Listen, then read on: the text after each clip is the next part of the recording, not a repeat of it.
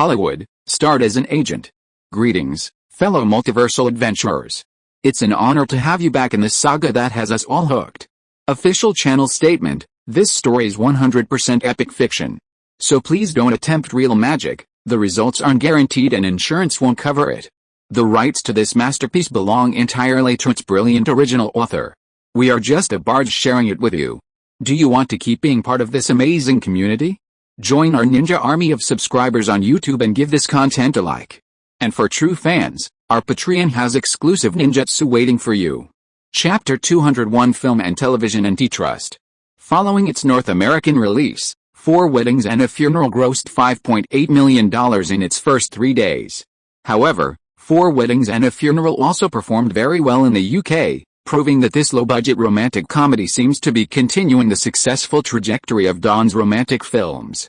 Don's previous film, The Crying Game, grossed $62 million in North America upon its release, achieving both fame and financial success for a film costing less than £2 million British pounds.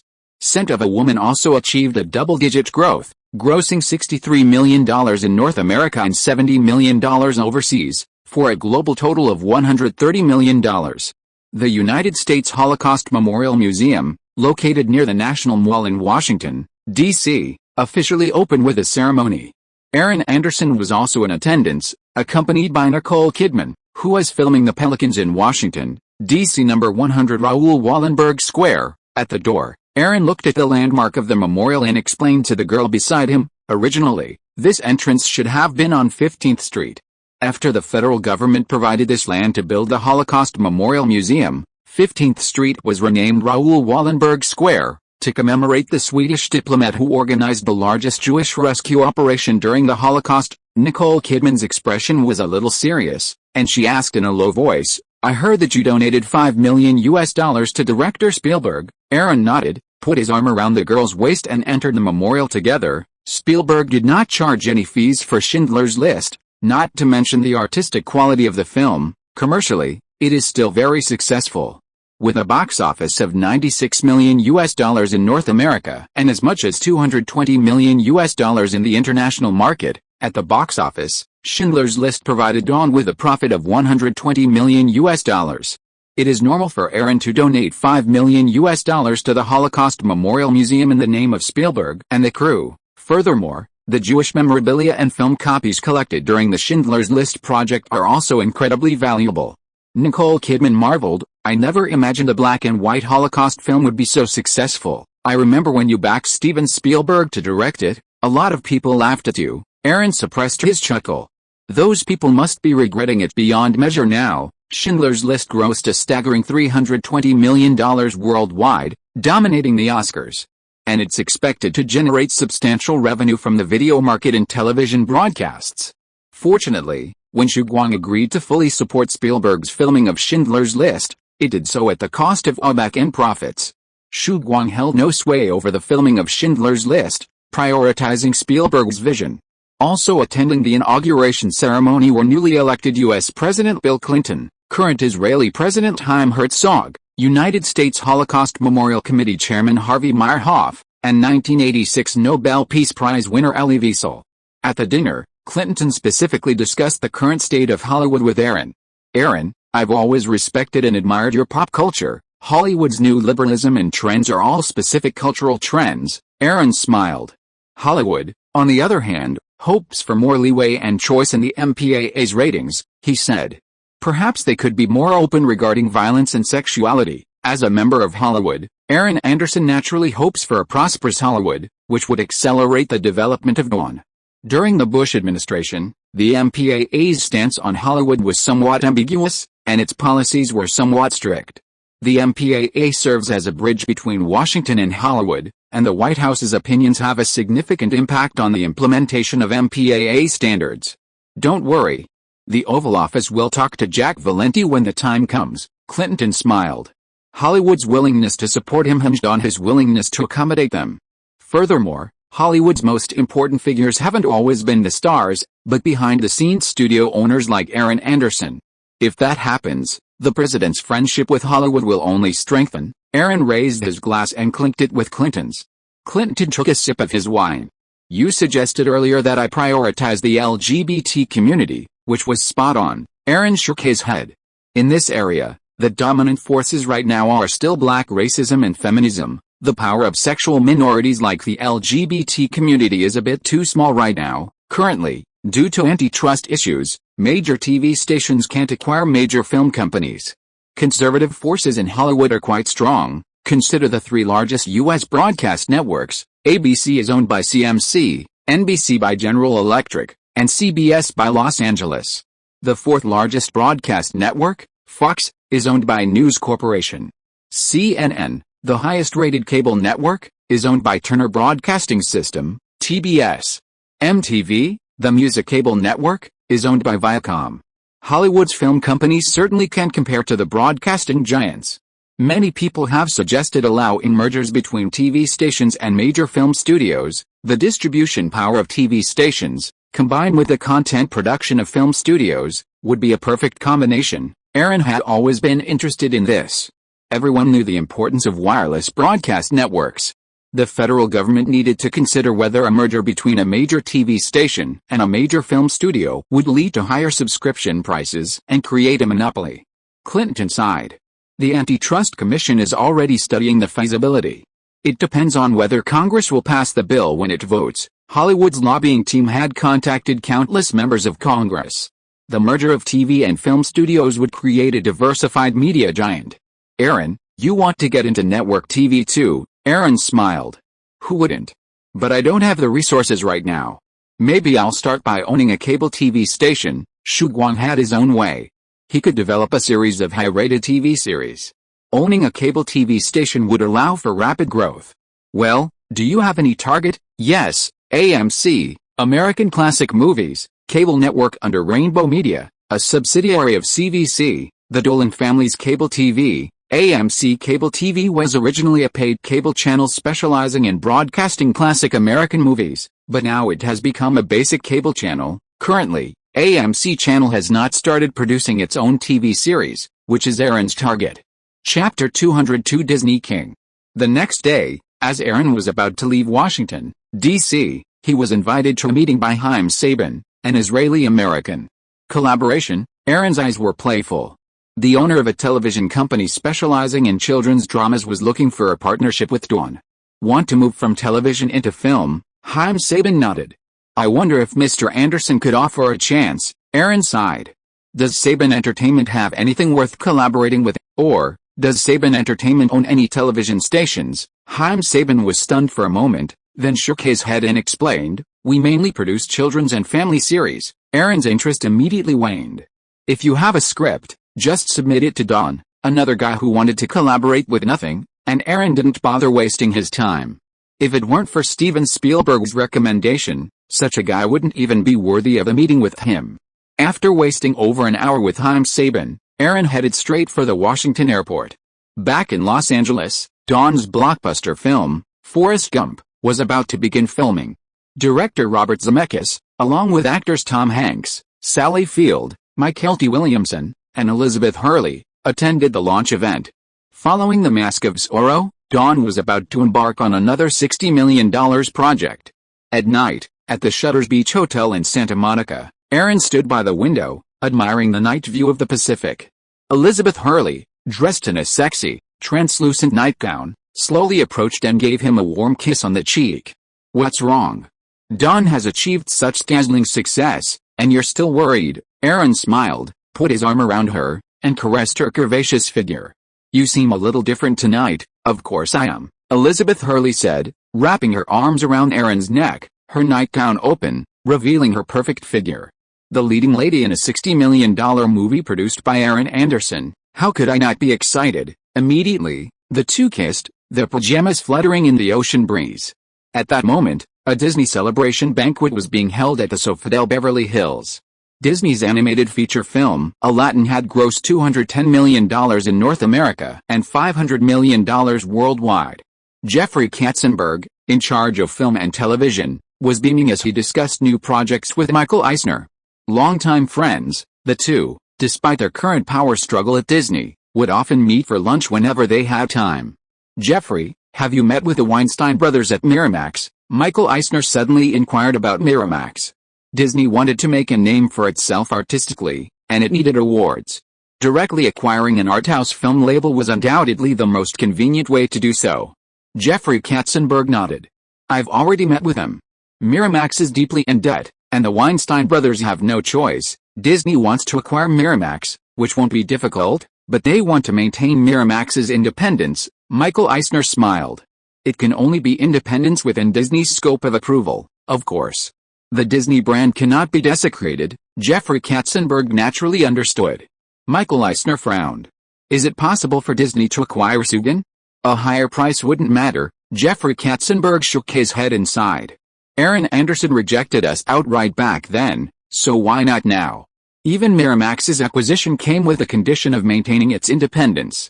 Given Sugan's current performance, what conditions could you offer to impress him? Michael Eisner nodded. He had, of course, approached Aaron Anderson before, offering to take over Disney Films, but Anderson had shown no interest. Everyone was jealous of Shu Guang's rise under Anderson's leadership. Furthermore, Michael Eisner wanted Anderson to join Disney because he wanted him to replace Jeffrey Katzenberg. A young, capable Aaron Anderson wouldn't be a problem replacing Katzenberg, and without the complex connections at Disney, his position wouldn't be threatened. Well, alright, Aladdin was a brilliant success, and you deserve the credit. Go enjoy the cheers, Michael Eisner said, patting Katzenberg on the shoulder. A short while later, Michael Eisner approached President Frank Wells. How are Jeffrey's contract renewal negotiations going? Frank Wells asked, somewhat helplessly. It's not going very well. They're trying to sign a contract where he becomes president after I retire. Michael Eisner remained calm, but the urge to fire Jeffrey Katzenberg grew stronger. My old friend, Michael Ovitz of CAA, told me that Joe Roth, the head of 20th Century Fox, is interested in leaving to start a production company. Talk to him. Let him take charge of Disney's live-action film business. This was Michael Eisner's backup plan. If Aaron Anderson of Dawn refused, Joe Roth would be his replacement. With his support, Joe Roth could replace Jeffrey Katzenberg. Joe Roth, I understand. Frank Wells shook his head. Has it come to this? Jeffrey Katzenberg's animation business has been performing exceptionally well, and the board of directors is eager to renew his contract. However, Michael Eisner's conflict with him is so acute that Frank Wells is still vying for the position of Disney president.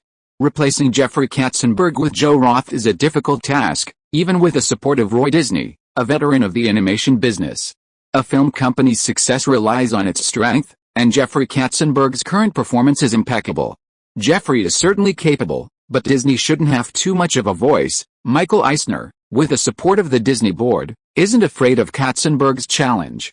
However, Katzenberg's open dissent and disrespect is unacceptable. Disney can only have one king. If you are listening to this novel on a channel other than Fanfic World, it means it was downloaded and re-uploaded without effort. We warmly invite you to visit our channel, Fanfic World. There you will find the original version of this story and many other novels of various genres. We look forward to seeing you dive into a world of incredible novels. Chapter 203 Leave It to Me to Enjoy. As the summer movie season approaches, Hollywood is buzzing with another big news. Entertainment giant Viacom and QVC, the TV shopping network led by former Paramount CEO Barry Diller, are jointly bidding for Paramount Communications. Gulf and Western Industries, recently renamed Paramount Communications, owns Paramount Motion Picture Group, Simon & Schuster Publishing, a 50% stake in USA Cable, and MSG, Madison Square Garden. MSG owns assets such as Manhattan's Madison Square Garden, the NHL's New York Rangers, the NBA's New York Knicks, and the Roosevelt Raceway on Long Island, along with their multimedia businesses. That evening, at a cocktail reception at the Four Seasons Hotel in Beverly Hills, Aaron, his arm around Monica Bellucci, sat on a sofa in the lounge area. Dawn and Geffen Films are collaborating on Interview with a Vampire, which will start filming in the second half of the year. You can make a cameo appearance. It should be filming in Paris. Yeah, sure, Monica Bellucci said, completely unconcerned. She'd already stripped down in 400 Years of Dracula, so another Interview with a Vampire wouldn't be a big deal. Aaron kissed the woman on the cheek. It's a serious role, not one where you're just showing off your body and face. Monica Bellucci smiled. Showing off isn't a big deal. Beautiful things should be shown off for everyone to appreciate. Hollywood favors blondes with slim figures and is somewhat averse to a more voluptuous figure like Monica Bellucci. This, combined with language barriers, made it difficult for Monica Bellucci to land serious roles in Hollywood. Aaron patted her on the shoulder. "Just save it for me. You should also learn English quickly." Monica Bellucci's Italian and French were both good, so learning English wouldn't be difficult. In fact, Aaron could have arranged for her to have a cameo in Pulp Fiction if possible, but since Christiana Yeri was already there, he forgot. "For now, you shoot some lingerie commercials for Victoria's Secret. I recently teamed up with others to acquire Victoria's Secret. Next, I'm going to Cannes." Monica Bellucci, a model herself, naturally had no objection. Shortly after, Aaron spotted Summer Redstone, chairman of Viacom, at the banquet. Born into a Boston Jewish mafia family, he started out as a movie theater chain and, 7 years ago, acquired Viacom through his family holding company, National Amusements. At the time, Warner Communications, suffering heavy losses from its video game venture and in desperate need of cash, sold its MTV Music cable network, Nickelodeon, and VH1 comedy channels to Viacom. Viacom already owned the Lifetime and Showtime pay cable channels, and 2 years earlier, Viacom had merged VH1 with Time Warner's Comedy Channel to form Comedy Central, with each holding a 50-50 stake. So, now Viacom owns several cable networks, especially MTV Music, a highly profitable network that provides Viacom with substantial revenue. "Good evening, Aaron." Ted Turner, chairman of TBS, suddenly approached Aaron. "Mr. Turner." Aaron raised his glass and clinked it with the man who owns CNN, the most-watched network. TBS Group has also launched a children's cable TV, Cartoon Channel. "Congratulations." TBS established Cartoon Channel after acquiring Hanna-Barbera Animation Company 2 years ago. Hanna-Barbera Animation Company was the animation production company under MGM at the time, and produced the famous Tom and Jerry. Ted Turner shook his head. "The current children's market is still dominated by Disney and Nickelodeon. By the way, what do you think of Viacom and QVC's bid for Paramount Communications?" Aaron paused, then thought for a moment. "It depends on whether Summer Redstone and Barry Diller are determined enough." Barry Diller's advantage is that he successfully ran Paramount Pictures and helped Rupert Murdoch establish Fox. He has extensive Hollywood experience. Summer Redstone's advantage is that Viacom is huge. It's not something a mere QVC can compare to. Even MTV Network would be enough to suppress QVC. As he spoke, Aaron deliberately glanced at Ted Turner. Could this guy also be interested in Paramount Communications? At the moment, TBS Group's financial situation probably wasn't that good. Ted Turner laughed. "Barry Diller is competing with Summer Redstone for Paramount, and he has the support of Comcast's Roberts family. Otherwise, Barry Diller wouldn't be able to raise the necessary capital." Comcast Group, Roberts family, Aaron pondered. Ralph and Brian Roberts, father and son, manage Comcast Group, which currently focuses on telephone communications. It seems that companies focused on telecommunications are also turning to media and cable television. Aaron also knew that TCI, the largest cable television operator in the United States, was preparing to sell itself to the telecommunications giant Bell Atlantic. TCI's chairman was the renowned father of cable television, John Malone. "Hollywood is a delicious pie, and everyone wants a piece of it." Ted Turner smiled at Aaron. "Besides, the merger of film groups and television stations is an inevitable trend. Aaron, your Dawn may not escape this fate either." "Me?" Aaron shook his head. "Dawn is just a small distributor. We can't compare to the Big Seven in terms of scale. Just look at their film libraries and comprehensive global distribution systems. Dawn still lags behind. This problem is easy to solve. In the future, film companies will become part of media groups, with cable TV stations, home entertainment, publishing and advertising companies, consumer goods markets, and so on. The revenue from film will become diversified." Ted Turner knew that Aaron understood, as did TBS. TBS couldn't swallow the Big Seven, but it could acquire Hollywood's independent film companies. Based on the current power structure in Hollywood, Dawn was the most prominent film company outside the Big Seven. Not only were other major film companies interested in acquiring Dawn, but other forces outside of Hollywood were also very interested in it. Ted Turner was no exception. Chapter 204 Stunning Women. "Huh?" Aaron lay in bed in his Bel Air bedroom, enjoying the pleasure of Monica Bellucci's caress under the covers. Staring at the ceiling, he was still thinking about his meeting with Ted Turner tonight. Actually, Aaron wasn't particularly concerned about Viacom's Summer Redstone or QVC's Barry Diller acquiring Paramount Communications. The financial commitment was undoubtedly far beyond his means, so he could just sit back and watch. But TBS was different. Its subsidiaries, including TNT, CNN, TBS, and the Cartoon Network, encompassed entertainment, sports, news, and children's programming. CNN, in particular, was the renowned American cable news channel. In June 1990, CNN celebrated its 10th anniversary. By then, CNN had surpassed the three major traditional U.S. terrestrial news networks, reaching an audience of 60 million households, with 21 offices worldwide, 1,600 employees, and broadcasting to over 100 countries and regions. Ted Turner, the older man, also wanted to break into Hollywood and had his eye on Twilight Pictures. 9 years earlier, Ted Turner had acquired MGM from Kirk Kerkorian. However, due to a debt crisis, TBS, while retaining much of MGM's classic film library, sold MGM back to Kirk Kerkorian. MGM masterpieces like Gone with the Wind, The Wizard of Oz, and A Christmas Story are now owned by TBS. After a while, Monica Bellucci groaned and emerged from under the covers, leaning against Aaron's chest, breathing heavily. "Aaron, are there a lot of big names at the party tonight?" Aaron smiled and reached out to caress the girl's voluptuous body. "Indeed, there are a lot of big names. Paramount, one of the 6 major Hollywood film studios, is being taken over." Paramount? Columbia and Universal were acquired before. "I can't believe it's Paramount's turn so soon." Although Monica Bellucci wasn't very familiar with Hollywood affairs, she knew about big news like this. Yet, it happened pretty quickly. From now on, Aaron would focus on Viacom, because Viacom had won the bid for Paramount.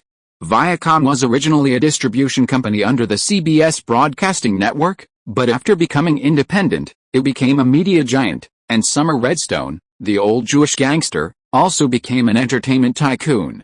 With the arrival of May, the fierce competition for the summer blockbuster season has begun. Films like Dawn Speed and The Mask of Zorro, Universal's Jurassic Park, Paramount's The Trap, and Columbia TriStar's In the Line of Fire and Cliffhanger are all set to compete head-to-head. Meanwhile, Aaron and Catherine Zeta-Jones have traveled to Cannes, France, where The Mask of Zorro held its international premiere. In their hotel bedroom, Catherine Zeta-Jones cradled Aaron's arms.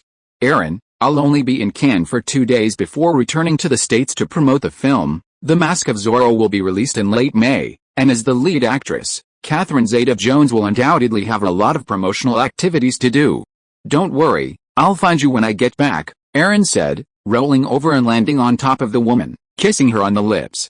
Aaron was very confident that The Mask of Zorro would be directed by Ridley Scott and star Kevin Costner, who is currently at the peak of his career.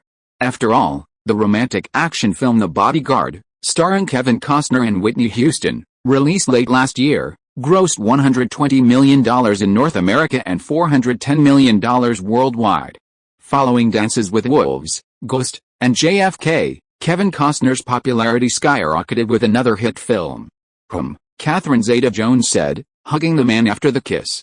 "By the way, how was my performance in The Mask of Zorro?" Aaron looked at the woman beneath him, a smile on his face. "Your appearance was stunning, and the action scenes were great. Your acting skills weren't too bad. Once The Mask of Zorro comes out, you'll definitely be a Hollywood star. I heard The Mask of Zorro is going to premiere in Spain." "Is that true?" Catherine Zeta-Jones asked. "Of course. It's a Spanish story," Aaron said, kissing the woman on the cheek. "The Spanish royal family will be in attendance. I'm really looking forward to the release of The Mask of Zorro," Catherine Zeta-Jones said, wrapping her arms around the man's neck. A voice full of temptation rang in Aaron's ears. "Honey, I'm leaving tomorrow night. Don't you want to do anything?" Aaron caressed the girl's softness, leaned over and kissed her on the mouth. "When you go back, find the costumes in the movie.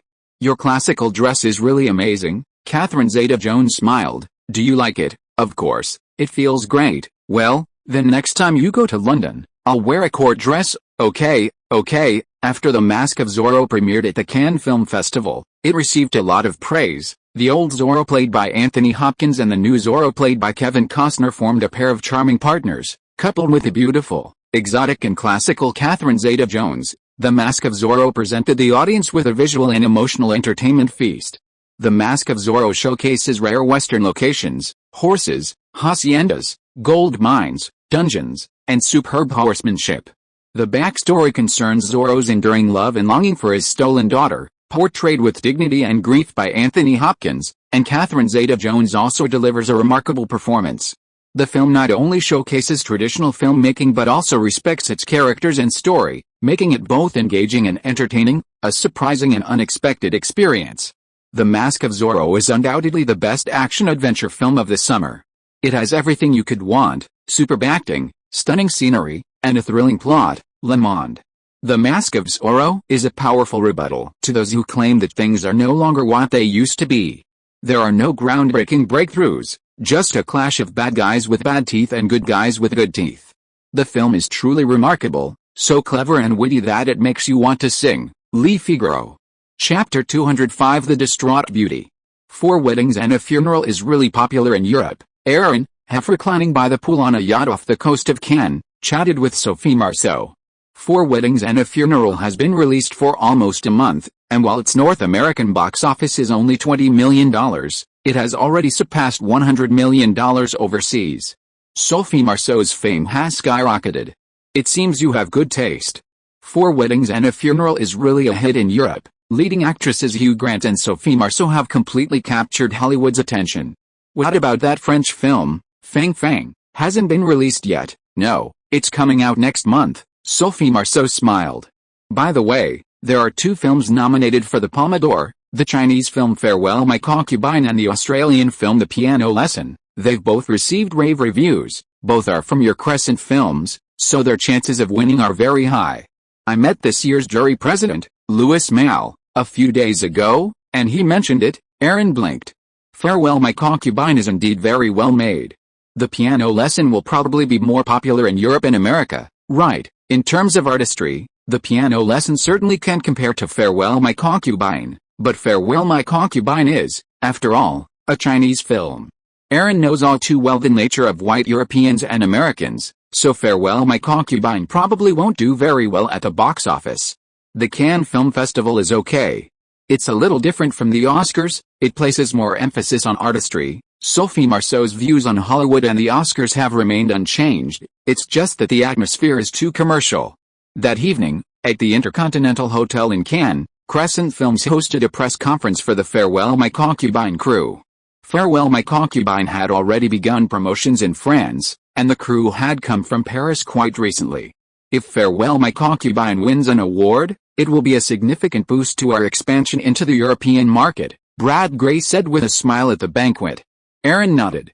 The French film industry has a somewhat ambiguous attitude toward Hollywood, and many French filmmakers are dismissive of Dodds' overly commercial films. When will director Jane Campion and her crew from The Piano arrive? Aaron asked, glancing at the nearby Farewell My Concubine crew, including director Chen Cage and leading actors Leslie Cheung, Guang Li, and Zhang Fenggai. In 2 or 3 days, we'll be promoting it with the same publicity. By the way, the people from Hong Kong Golden Harvest are also in Cannes, Brad Gray reminded him. I know, the script is almost done, and we can start shooting anytime. After all, Rumble in the Bronx is a low-budget production for Hollywood. Aaron's focus on this project is primarily to cultivate the Chinese-speaking market and lay the foundation for Xu Guang's future entry into Greater China. I heard that mainland China seems to be preparing for film reforms. Perhaps Hollywood films can enter mainland China through a box office revenue-sharing model, just like in other markets. This year, Warner Brothers will release the action film The Fugitive, starring Harrison Ford. If memory serves, this film will be the first imported blockbuster to be released in mainland China. Brad Gray has always supported Suzuki's swift establishment of its own international distribution system and is quite familiar with the international market. The model in mainland China is quite unique. It's a planned economy. I'm afraid changing it won't be easy, Aaron smiled. Anyway, we're just laying the groundwork right now. The East Asian market is still primarily focused on Japan and South Korea. The next day, Aaron met with Golden Harvest representative Ho Kwon Chang, along with Stanley Tong, the director of Rumble in the Bronx, and the lead actors, Jack Chang and Wang Xiuxin.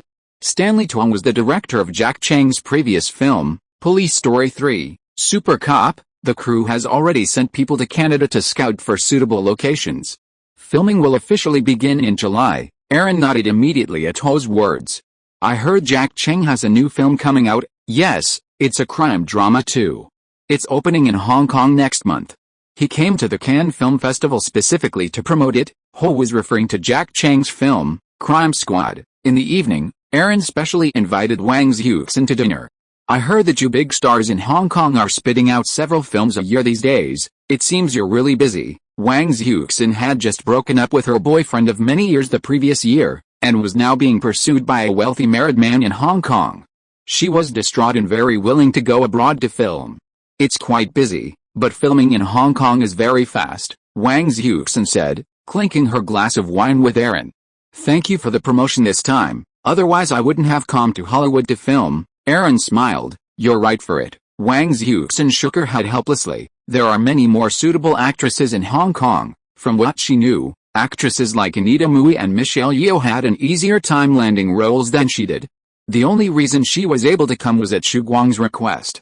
After all, who had Aaron Anderson seen at Chinese Ghost Story the Deo at the Sitges Fantastic Film Festival in Spain? After dinner, Aaron took Wang Xiuxin for a stroll on the beach in Cannes. The evening breeze ruffled her hair. Aaron took off his jacket and draped it over her. Thank you. Aaron loosened his tie. Have you ever thought about filming in Hollywood? Come to Hollywood? Wang Xiuxin was stunned for a moment, then shook his head blankly. No, I've mainly been filming in Taipei and Hong Kong. You can't get roles in Hollywood. Aaron didn't comment, but patted her on the shoulder and warned, Hong Kong films are at their peak right now, but they're bound to plummet. The productions are shoddy, they're too much of a trend follower, and they're chasing quantity over quality. This isn't the way the film industry should be. Besides, Hollywood films are also conquering the global market. Hong Kong films are struggling to withstand Hollywood's onslaught. Is it really that serious? Wang Xiuxin had always thought the Hong Kong film industry was incredibly prosperous right now. You'll find out soon, Aaron said, wrapping his arm around her waist. Hey, aren't those the three leading actors from the crew of Farewell My Concubine? Wang Xiuxin suddenly pointed at Leslie Cheung, Guang Li and Zhang Fenggai on the dock in the distance. The three of them should be taking photos. Chapter 206 Necessary Public Relations. For Wang Xiuxin, she was most familiar with Leslie Cheung from the Farewell My Concubine crew. However, for Aaron, among the Chinese-speaking actors he only paid attention to were Jack Chang and Jet Li, and perhaps director John Woo. Let me take you home, Joey. Wang Xiuxin's English name was Joey, and Aaron took her arm as they walked towards the hotel. Thank you. Wang Xiuxin didn't object, and the two of them walked back along the beach together. By the way, do I need to join the crew early for the filming of Rumble in the Bronx? Join the crew early? Aaron smiled. The crew is still in preparation. It's mainly people from Golden Harvest, and Xu Guang is responsible for coordinating. The filming location is in Canada. The consumption there is lower than in New York, and the filming cost is cheaper. After arriving at the hotel where Wang Xiuxin was staying, Aaron kissed her on the face. If you like, you can go to the United States or Canada for a while. I will arrange it for you. Wang Xiuxin nodded. Thank you for your company tonight. Who wouldn't want to be with a beautiful woman? Are you going back to Hong Kong directly next? I will stay in Europe for a while, and then go directly to Canada. Rumble in the Bronx will start filming in early July. I want to adapt in advance. By the way, in 2 days, come with me to the sea to see the scenery on St. Margaret Island. The green trees there are the time when jasmine and gardenia are in bloom. Aaron made an invitation. Wang Xiuxin smiled. Aren't you busy? No, I'm not busy. I have a lot of employees in the company, and there are many things I don't need to worry about personally. I'll come and pick you up when the time comes. Most of the transactions at the Cannes Film Festival took place in the hotel room. However, apart from Farewell My Concubine and the piano lesson, Xu Guang didn't have any new films that interested him. At night, in the room of the yacht, Aaron Anderson rolled off Sophie Marceau and took a few deep breaths. Sophie Marceau supported her head and stretched out her hand to stroke Aaron's body. The young director Steven Soderbergh, with whom you worked before, has also shortlisted for the main competition unit for his film King of the Hill. Have you paid attention to it, Steven Soderbergh? Aaron shook his head directly. No, the film Kafka he directed 2 years ago was very average. I do know the film shortlisted for the main competition unit, Much Ado About Nothing, directed and acted by British director Kenneth Branagh, but he didn't get a single nomination in the previous Oscars. In the movie Much Ado About Nothing, In addition to Kenneth Branagh and Emma Thompson, there are also Denzel Washington and Keanu Reeves. Moreover, Aaron also discovered Kate Beckinsale, the future heroine of Underworld, another British rose. Sophie Marceau. I heard Brad Gray from your company mention a Spanish film called The Four Golden Daughters. It was released in Spain last year and earned 725 million Spanish pesetas. 725 million pesetas converts to $5.5 million. I know Sony Pictures has the North American distribution rights for this movie. Aaron knew about The Four Golden Daughters because he met the Spanish stunner Penelope Cruz at last year's Venice International Film Festival. At that time, Penelope Cruz starred in the Spanish drama gem, Ham, which won the Silver Lion at the Venice Film Festival. Penelope Cruz had just finished filming The Four Golden Daughters when Sony Pictures acquired the North American distribution rights. The Four Golden Daughters, when it was released in Spain at the end of last year, became the country's annual box office champion. Okay, go to sleep. You're an ambassador for the Cannes Film Festival now, so you have a lot of activities to attend during the day, Aaron said, patting him. With a screening of Farewell My Concubine during the Cannes Film Festival, it received numerous praises. Jill Jacob, president of the Cannes Film Festival, gave it high praise. Farewell My Concubine uses a dreamlike story to paint a magnificent epic picture for us. After understanding modern Chinese history, the film makes us more immersive because it brings us to that time and space, allowing me to resonate with it. It is one of the best films of 1993, Empire magazine, with stunning sets and the dramatic background of the revolution. Director Chen Cage perfectly captured the relationship between the two boys. Film Weekly, Farewell My Concubine flows at such a tight pace that all its connections seem logical. The filming of the film is so visually brilliant that possible objections are swept away. Time magazine, Farewell My Concubine is a deeply moving epic film. The word of mouth of Farewell My Concubine is overwhelming, and it has become a monument in the history of Chinese language films, and its glory is boundless. In the crew of Farewell My Concubine, the 41-year-old director Chen Cage is full of vigor, the 37-year-old actor Leslie Chun is unparalleled in the world, and the 28-year-old actress Gong Li is peerless. Dawn's distribution manager Brad Gray and the film's producer Ms. Su Feng also spoke highly of the film. We at Shuguang previously released Zhang Yimou's film Judao, which was also nominated for the Academy Award for Best Foreign Language Film. The following year, Zhang Yimou's other film Raise the Red Lantern was also nominated for the Academy Award for Best Foreign Language Film. The artistry of Chinese language films is trustworthy. Su Feng smiled. Mr. Gray, what do you think of Farewell My Concubine? What are its chances of being nominated for the Academy Award for Best Foreign Language Film? It will definitely be nominated, Brad Gray was very confident. But the competition at the Oscars is fierce. It's not only about the artistry of the film itself, but also about publicity. Judging from the promotion and marketing plans of previous Chinese language films after being nominated, Chinese filmmakers don't seem to pay much attention to the publicity of their films. Su Feng was a little puzzled. The Oscars are the highest institution in international cinema. Shouldn't the quality of the film be the criterion? Brad Gray shook his head. Although the Oscars value the quality of the film, publicity is also essential if you want to win the award. There are many judges in the Academy Awards. Only after publicity can the film be known to them. Otherwise, it will be forgotten. So, what does Mr. Gray mean? Doesn't Su Feng want an Oscar? Of course not. She wants it too badly. While a Cannes Film Festival award is a prestigious honor, it's ultimately less prestigious and influential than an Oscar. Brad Gray offered a pertinent suggestion. Early next year, during awards season, the Farewell My Concubine crew should go to Hollywood ahead of time to conduct the necessary PR. Chapter 207 Stay With Me. 1993 Cannes Film Festival. In addition to the rave reviews for the Chinese language film Farewell My Concubine, another drama, The Piano Lesson, written and directed by New Zealander Jane Campion, also garnered significant attention. The performances of lead actress Holly Hunter and child star Anna Paquin were lauded by audiences and critics alike. The film's portrayal of female sensibilities was delicate and well-rounded, its psychological portrayal beautiful and subtle. In terms of artistic impact, The Piano Lesson achieved pinnacle, using the piano as a medium, allowing the notes of love to become the medium of communication between the male and female protagonists, seamlessly uniting a mute woman who finds solace in music with a man whose exterior is crude but whose heart is rich with emotion. At the Cannes dock, Aaron led Wang Xiuxin to the yacht, where they relaxed in the sunshine and sea breeze. Isn't the Mediterranean view beautiful? Wang Xiuxin nodded. Yes, the seascape in Cannes is simply captivating, Aaron smiled. This afternoon, let's go to Isle Sainte Marguerite. I heard there's the cell where the iron-faced king was once imprisoned, he pointed. Aaron, the Golden Harvest people have already left France.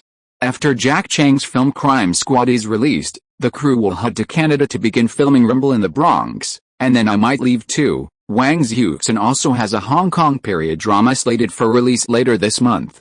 Are you leaving too?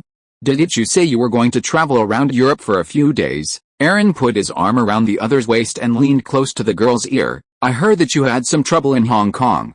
I've been to Cannes and nearby Nice these days. As for the trouble in Hong Kong?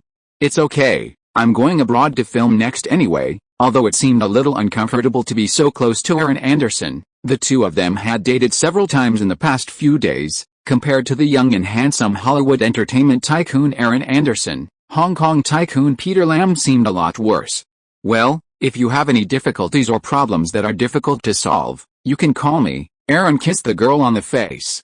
By the way, how much is your current salary per movie? This year, it's 1.8 million Hong Kong dollars per movie. In recent years, Hong Kong movies have been very popular, and Wang Xiuxin's value has also risen sharply.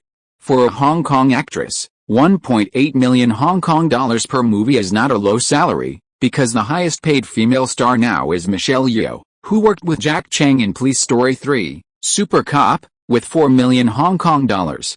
At 1.8 million Hong Kong dollars, Hong Kong actresses' salaries are indeed much lower than their male counterparts. Luckily, they can shoot 7 or 8 films a year. Aaron smiled. Soon, Dawn Productions' The Mask of Zorro and Speed will be released. Both are action blockbusters. Also, Universal has a special effects blockbuster Jurassic Park coming out. When that happens, Hong Kong filmmakers will witness the power of Hollywood blockbusters. Wang Xiuxin glanced at Aaron. It seems that the main market for Hong Kong films is Taipei. Many Hong Kong production companies now have Taipei distributors as investors. They need films to be released there, and Hong Kong films are their flagship products. Aaron knew that Taipei was the most important overseas market for Hong Kong films. If nothing unexpected happened, the shoddy production of Hong Kong films would cause a boycott in the Taipei market, and Hollywood films would then be introduced. While Aaron Anderson and Wang Xiuxin were having a yacht date off the coast of Cannes, the closing ceremony of the Cannes International Film Festival began. As expected, the awards ceremony didn't disappoint Guang Pictures. At the 46th Cannes International Film Festival, Chinese director Chen Cage's Farewell My Concubine and New Zealand director Jane Campion's The Piano shared the Palme d'Or. Leslie Cheung, who starred in Farewell My Concubine, was nominated for Best Actor, but narrowly lost to David Thewlis, who starred in the British film Naked. With both Farewell My Concubine and The Piano winning awards, Xu Guang immediately organized a celebration banquet for both crews at the hotel, preparing for the upcoming North American releases of the two films. Are you talking about the shared awards for Farewell My Concubine and The Piano? Aaron, already back on his yacht at the Cannes dock, received a call from his company staff informing him of the closing ceremony results. Okay, I understand. Promote the films as planned and wait for their release. Is the closing ceremony over? Wang Xiuxin leaned against the railing, letting the sea breeze ruffle her hair. Seeing Aaron finish his call, she asked. Yes, the results are out. Aaron came to the girl and stroked her long hair. Farewell My Concubine and The Piano lesson jointly won the Palme d'Or. Leslie Cheung, the actor you favored in Farewell My Concubine, lost to David Thewlis, the actor in Naked. From what they said, the jury doesn't want to concentrate important awards on the same movie. Wang Xiuxin smiled. Farewell My Concubine won the Palme d'Or. This should be the first time a Chinese-language film has won this award. I think so. It seems that last year, Zhu Dao, directed by Zhang Yimou, won the Golden Lion Award at the Venice International Film Festival. Aaron really didn't remember that a Chinese-language film had won the Cannes Palme d'Or. This time, Farewell My Concubine was indeed the first time for a Chinese-language film. Aaron hugged Wang Xiuxin from behind, gazing out at the sea. He gently reminded her, do you want to go to the celebration party? We've arranged one for the crew of both films at the hotel. Me. Wang Xiuxin shook her head. I'm not a crew member. You should go. I don't need to, Aaron said, kissing the woman on the face. feeling the woman's movements in his arms. Aaron, well, Wang Xiuxin also hugged the man, but before she could finish her words, Aaron blocked her lips and kissed her passionately. Their lips and tongues entwined in a passionate embrace, Aaron's hands roaming freely. Wang Xiuxin moaned and immediately wrapped her arms around the man's neck. After the kiss, the two remained tightly embraced. Aaron, breathing a little hurriedly, whispered, "Stay with me tonight. Then, tomorrow I'll take you to nice airport back to Hong Kong. Well, will you come visit me again in the future?" "Of course I will. When you go to Canada to film, I'll be there too." Chapter 208, Bright and Beautiful. The next day, after a wonderful evening with Wang Xiuxin, Aaron personally escorted her to a flight to Hong Kong. Wang Xiuxin was about to release a Hong Kong action film, Outlaws of the Marsh, A True Hero, which was about to be released. Aaron was also preparing to return to Paris with Sophie Marceau. Not only was Four Weddings and a Funeral enjoying a strong European release, but one's other blockbuster, The Mask of Zorro, was also being promoted there. Following the closing ceremony of the Cannes International Film Festival, the inaugural AIDS fundraising gala, sponsored by the American Foundation for AIDS Research and co-founded by Hollywood star Elizabeth Taylor, took place. It looks like this AIDS charity auction is going to become a Cannes Film Festival staple. Aaron and Sophie Marceau sat in chairs, casually chatting, while Elizabeth Taylor, the host, delivered a spirited presentation. Sophie Marceau kissed Aaron on the cheek and seemed to lack interest. "Charity dinners are always made to look like fashion parties," Aaron smiled. "Charity auctions are a good opportunity for people in the entertainment industry to seek exposure. Look at the Metropolitan Museum of Art charity dinner held in early May every year in New York. It is a large-scale fashion show." Sophie Marceau looked at Aaron. "By the way, Victoria's Secret wants me to shoot commercials." "Is that your idea?" Aaron said that he and other investors acquired the American lingerie brand Victoria's Secret and asked her to shoot a series of lingerie commercials. "Yes, I am also planning to hold a Victoria's Secret lingerie fashion show. Victoria's Secret is going to expand in Europe. Germany, Britain, France, Italy, Spain and other countries and regions are all markets that Victoria's Secret wants to develop." Aaron has already asked Monica Bellucci to shoot a series of Italian Victoria's Secret commercials, and Sophie Marceau is going to shoot French commercials. "Okay, but I spend most of my time in the United States now. Does it have any impact?" Aaron shook his head, smiled, and reached out to stroke the back of the other person's hand. "Don't forget, you are the French kiss, the beloved of all French men. Your popularity in France is not something that can be easily surpassed by others." "Oh, the most popular person in France now should be the big-nosed lover Gerard Depardieu. He was crippled by me before and has been recuperating for a long time. I don't know if it will have a major impact on his future acting career." "Well, I'm going to Paris to promote a French movie Fanfang." "How long do you plan to stay?" Sophie Marceau asked. Aaron held the other person's hand. "Let me stay with you for a few days. When The Mask of Zorro holds its premiere in Spain, I will go there too. It has been arranged there. King Juan Carlos I of Spain, Queen Sofia, Prince Felipe, Princess Christina and other royal family members will attend." Sophie Marceau nodded. "No wonder you will also attend. However, the reputation of King Juan Carlos I of Spain is not very good. Juan Carlos I was born in Rome, Italy in 1938. His grandfather Alfonso X was the last king of the Bourbon dynasty of Spain. In 1975, Spanish dictator Francisco Franco died, and the Spanish parliament declared Juan Carlos the King of Spain. I know this European king is a womanizer, incredibly lustful, with countless lovers. A few years ago, when Prince Charles, the British Crown Prince, and Princess Diana visited Spain, I heard that Juan Carlos I was completely captivated by Diana's beauty." Aaron smiled. After seeing the chaos in the British royal family, one would realize that the royal families of Europe are simply a mess. There's no such thing as the worst, only worse. The exact number of lovers, or rather, the number of women, that 55-year-old Juan Carlos I has had is still a mystery.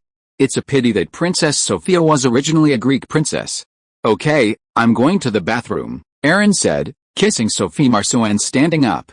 After washing his face, Aaron was in the hallway when he accidentally bumped into a woman. "Hey, are you okay?" Aaron, quick-witted, caught the woman as she nearly fell. "Phew," the woman in his arms patted her chest. "Thank you, my high heels are broken," Aaron caressed her. The woman before him had long chestnut hair, a slender, sexy figure, and beautiful features with a touch of oriental charm. Ah, it's Mr. Anderson. Thank you very much. I'm Kate Beckinsale, British, from the crew of Much Ado About Nothing, just 20 years old. Kate Beckinsale is still a junior at New College, Oxford. She filmed Much Ado About Nothing last summer, making it her first official film role, considering she had only appeared in a TV movie the year before. Let me help you sit over there for a minute. Yes, thank you, Erin said, offering her arm to Beckinsale as they walked to a nearby lounge. Erin smiled. I know you. I saw you at the press conference for Kenneth Branagh's Shakespearean play Much Ado About Nothing, which he wrote, directed, and starred in. Your temperament is a little different. You have the air of a beauty with an oriental charm. That's why I was quite impressed, really. Kate Beckinsale blinked and looked at Erin. I am indeed 1/4 Asian, so I look a bit Asian, Erin suddenly realized. No wonder. By the way, I heard you're a student at Oxford University, right? Erin suddenly asked. Yes, I was admitted to New College, Oxford University in the fall of the year before last, majoring in French and Russian literature. However, after my junior year this year, I will transfer to Oxford University in Paris to continue my studies. I plan to systematically study French so that I can have a deeper understanding of French culture. Kate Beckinsale has a very high IQ, otherwise she wouldn't have been admitted to Oxford University. Erin was stunned. Of all the people he knew, Jennifer Connelly probably went to the best universities, from Yale to Stanford. Then there was Hugh Grant, who seemed to have graduated from Oxford, and now Kate Beckinsale, too. Not bad, Erin said, glancing at the 20-year-old Kate Beckinsale, who is indeed stunning. Perhaps we'll have a chance to work together. Kate Beckinsale's eyes lit up. Is that true? Erin nodded. Chapter 209. You are playing with fire. Paris, south bank of the Seine, in a villa bedroom near Quai Voltaire. Sophie Marceau, panting, threw back the quilt on the bed and patted Erin on her body. Don't you feel hot? Well, a little bit. Erin smiled and turned over. It's all because you're too tempting, making people unwilling to stop. Sophie Marceau lay in the man's arms, rubbing her sexy body against him. The development of the French branch of Shu Guang seems to be quite good.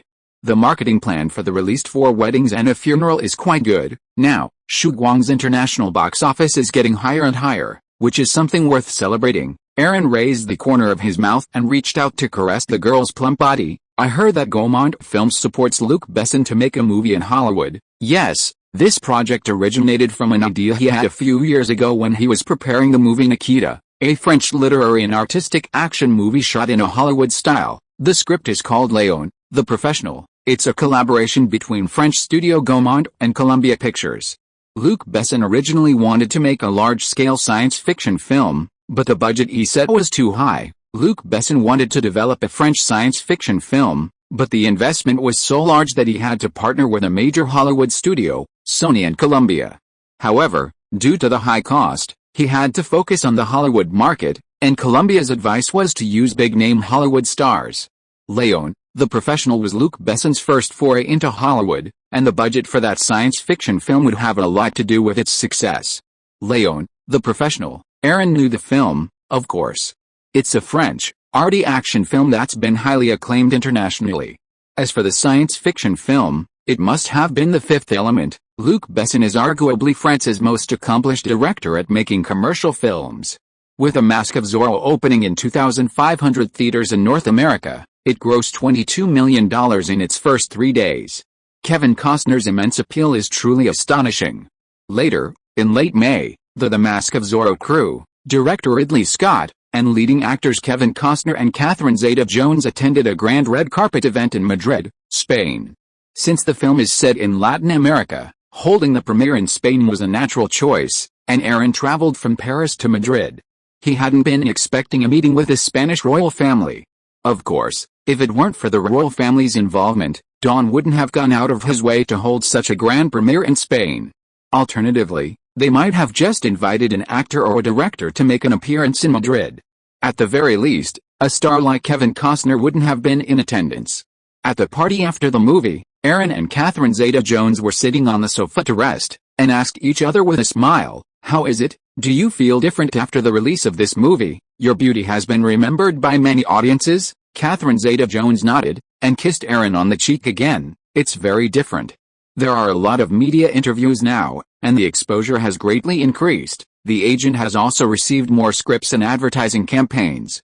The production of Mayflower Season 3 was stopped after it was broadcast last year, and I haven't had any new projects for a long time. If it weren't for The Mask of Zorro, I don't know what to do. After all, Catherine Zeta-Jones was just a TV star in the UK. After this incident, she became the heroine of a Hollywood blockbuster, her status and popularity soared, her fame spread widely, and she became famous in Hollywood. Edward Zwick is filming a historical romance based on a novel, Legends of the Fallen. It needs a female character, and there'll be some horseback riding scenes. You're skilled at that, so why not play the female lead? Legends of the Fallen is still in development, and filming will definitely start in the second half of the year. Edward Zwick, the director of Ghost. Catherine Zeta-Jones' eyes lit up when she heard this. Is Legends of the Fallen already in production? Aaron shook his head. Not yet. I think it'll start filming by the end of the year.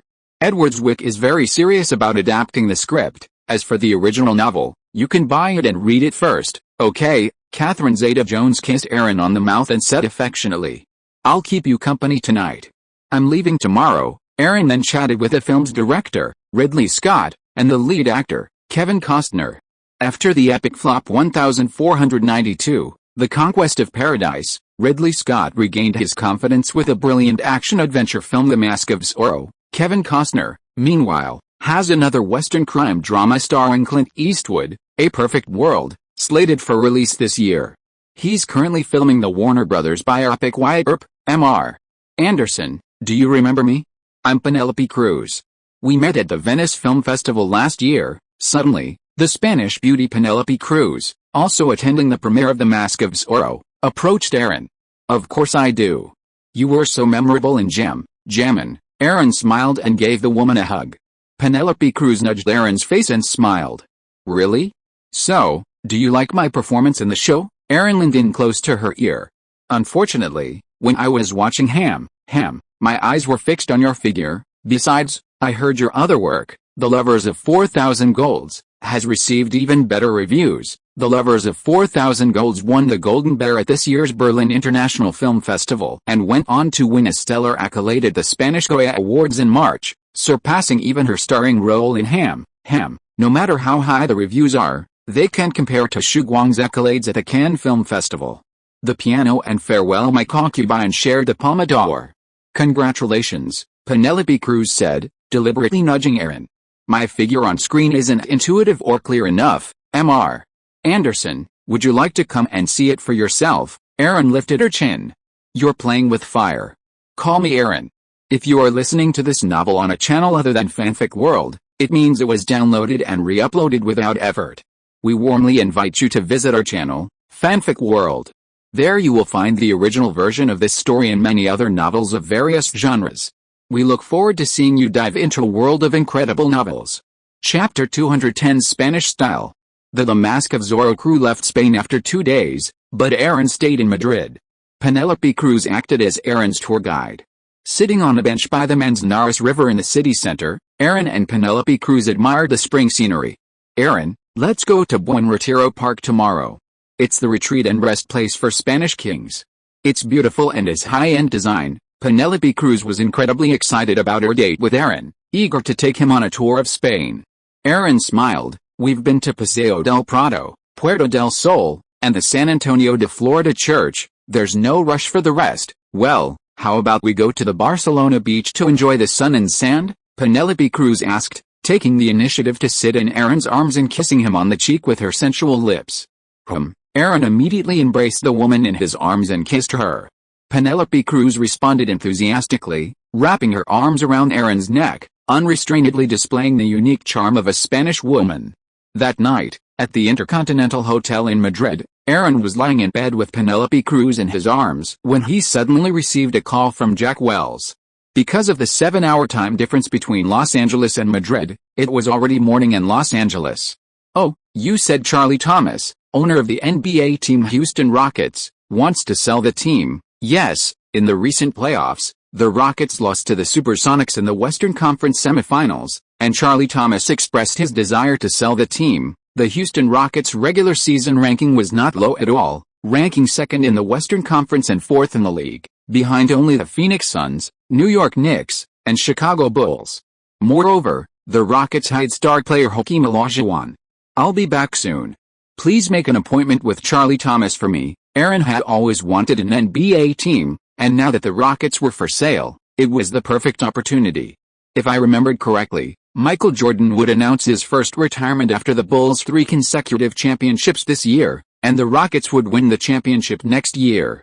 While Michael Jordan was retired, Hakeem Olajuwon could lead the Rockets to 2 consecutive championships.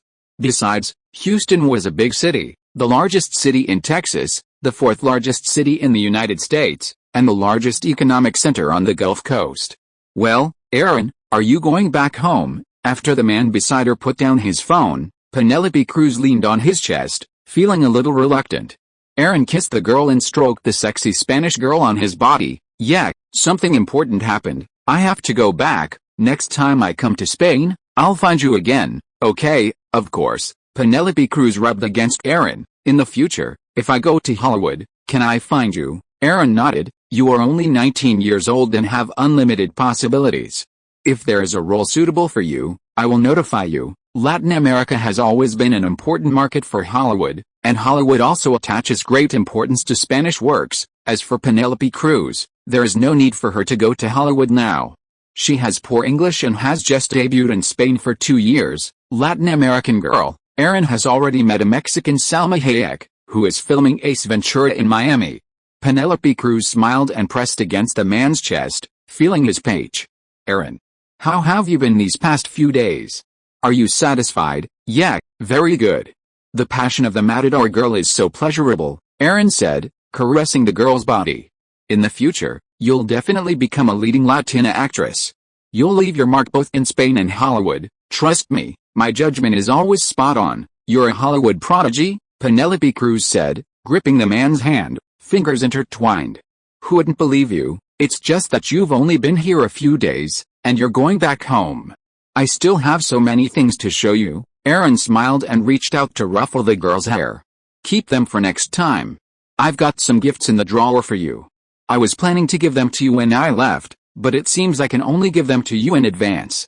I'm sure you'll like them. Ah, what are they? Penelope Cruz honestly had no idea. Go get it and have a look. Okay. Penelope Cruz eagerly jumped out of bed, walked naked into the living room, and retrieved the gift box. Wow, this is custom-made Cartier jewelry, so beautiful. Penelope Cruz stood by the bed, not minding the sudden exposure of her naked body, examining the expensive necklace, earrings, and other jewelry on her hand. The price was definitely not cheap. Do you like it? Aaron also got out of bed and hugged the girl from behind, feeling her delicate body. I like it. Penelope Cruz excitedly kissed the man. Huh? Penelope Cruz crouched down moments later. Although Aaron had returned home early due to the Houston Rockets sale, the end of May had arrived. Hollywood's summer blockbuster season continued to boom. Don's blockbuster, The Mask of Zorro, had grossed $47 million in North America in just 10 days. 4 Weddings and a Funeral had also surpassed $30 million in North America and $150 million overseas, a feat achieved with production and marketing costs totaling just over $10 million. In Burbank, Los Angeles, near Dawn Studios, Quentin Tarantino's Pulp Fiction was being filmed in an old-fashioned bar. It was the scene where John Travolta, a gangster underling, danced with Uma Thurman, the boss mistress, on the bar stage. Travolta's long slicked back hair paired beautifully with a tall, short-haired Uma Thurman, dressed in a white shirt. Uma Thurman's look is truly stunning, mused Jack Wells, standing next to Aaron Anderson. Quentin Tarantino and Jack Wells had a good relationship. He invited Jack Wells to visit the set of Pulp Fiction several times while filming in Los Angeles. She's a beauty, isn't she? Aaron took a sip of his wine. By the way, how's Charlie Thomas doing? Yeah, we've got an appointment. We'll just go to Houston and meet on June 1st. Jack Wells's approach to work was quite good. Chapter 211, Spending a Long Time Together. Aaron, the Rockets are not cheap. They are also a strong team in the Western Conference, and Houston is a big city with a good economy, a large population, and a very good basketball market. Jack Wells has investigated all kinds of situations of the Houston Rockets. Charlie Thomas has owned the Rockets since 1982, now he wants to sell it. First, he is a little old and lacks energy, and second, The Rockets' playoff record in recent years has always made him dissatisfied. How much can it cost? I'm an American billionaire now, aren't I? That's right. Jack Wells smiled, then sighed. Donald Sterling and Jerry Buss won't sell the team. Otherwise, we could watch games in Los Angeles, but that's okay. The Angels have bought land in Texas and are planning to build a new training facility. I'll probably be spending a lot of time in Texas. Aaron stood up and stretched. That's great. Then you can watch games every day. I'm leaving now. Quentin Tarantino is such a lecher. You better be careful with the filming these days. Don't delay it. Pulp Fiction was truly influential, otherwise, Aaron wouldn't have cared about a production that cost less than $10 million. Don't worry, since Aaron had his eye on the Houston Rockets, and Dawn Pictures had the funds, they couldn't miss this opportunity. Aaron soon traveled to Houston, Texas, with his sexy assistant, Christiana Yeri, to meet with Rockets owner Charlie Thomas. The Houston Rockets were founded in 1967, and Charlie Thomas, the current seventh owner, purchased the team in 1982 for $11 million. Houston, located in southeastern Texas, north of the Gulf Coast, is named after Sam Houston, the former president of the Republic of Texas. Known for its oil, aviation, and canals, and especially for the Johnson Air Force Center, it's also known as Space City. Aaron reclined on a sofa at the Hilton Houston downtown, clutching a copy of the Houston Chronicle. There were numerous reports about the Houston Rockets seeking a sale. While current owner Charlie Thomas wanted to sell the Rockets, he had some conditions. Aaron, we can just go to the Compaq Center tonight. Mr. Charlie Thomas will meet us at the Rockets' home court. Christiana Yeri approached, reminding Aaron of the upcoming arrangements. Meeting at Compaq Center, Aaron put down his newspaper. Is this a tribute to the team?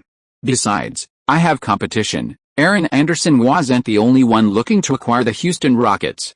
I believe no one can compete with you, Christiana Yeri said, leaning over and kissing the man on the cheek. Compete with me, Aaron smiled, reaching out and pulling Christiana Yeri into his arms. I'm not afraid of competition. By the way, have you filmed your scenes for Pulp Fiction? Aaron caressed the woman's body and inquired about the filming process. Not yet. We were filming Madonna Cicconi's scenes before. My part isn't big. I think it'll be finished in a week or two. It's also in Los Angeles. There's no rush. Christiana Yeri plays the female character in A Pair of Robbers in Quentin Tarantino's Pulp Fiction.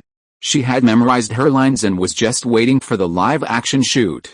By the way, the filming of Ace Ventura in Miami is progressing very quickly. It's estimated that we'll be able to wrap up filming in more than 2 months, which means that filming will be finished in July. That comic adaptation of The Mask that you asked someone to do should be officially in preparation. Right, Christiana Yeri knew that Jim Carrey was also Aaron's chosen actor for The Mask. The Mask, it's indeed time to start preparations, Aaron nodded. Jim Carrey could certainly play the male lead, but they also needed a young and sexy female lead, preferably an American blonde like the one on the cover of Playboy. He did know a lot of beautiful women, but not many blondes. Even Nicole Kidman had red hair. Winona Ryder had blonde hair, but she always wore it as a brunette. Then, he glanced down at Christiana Yeri in his arms. The female lead in The Mask needs a sexy, young, and beautiful actress. To attract audiences, I think we'll need a blonde, blue-eyed, American-style actress. Christiana Yeri threw her arms around the man's neck and kissed him. Let me try for the role when the time comes, Aaron nodded. Don't worry, even if it's not right, there are other parts for you. The Mask is a comedy, steeped in American humor. Christiana Yeri, who grew up in France, probably wouldn't have a chance to spark with Jim Carrey. Therefore, Aaron had little confidence in Christiana Yeri. I understand. I'm just using this as audition experience. After all, my English proficiency is still lacking. Christiana Yeri had been with Aaron for quite some time and knew him well. If the pair were a good match, they would immediately sign on.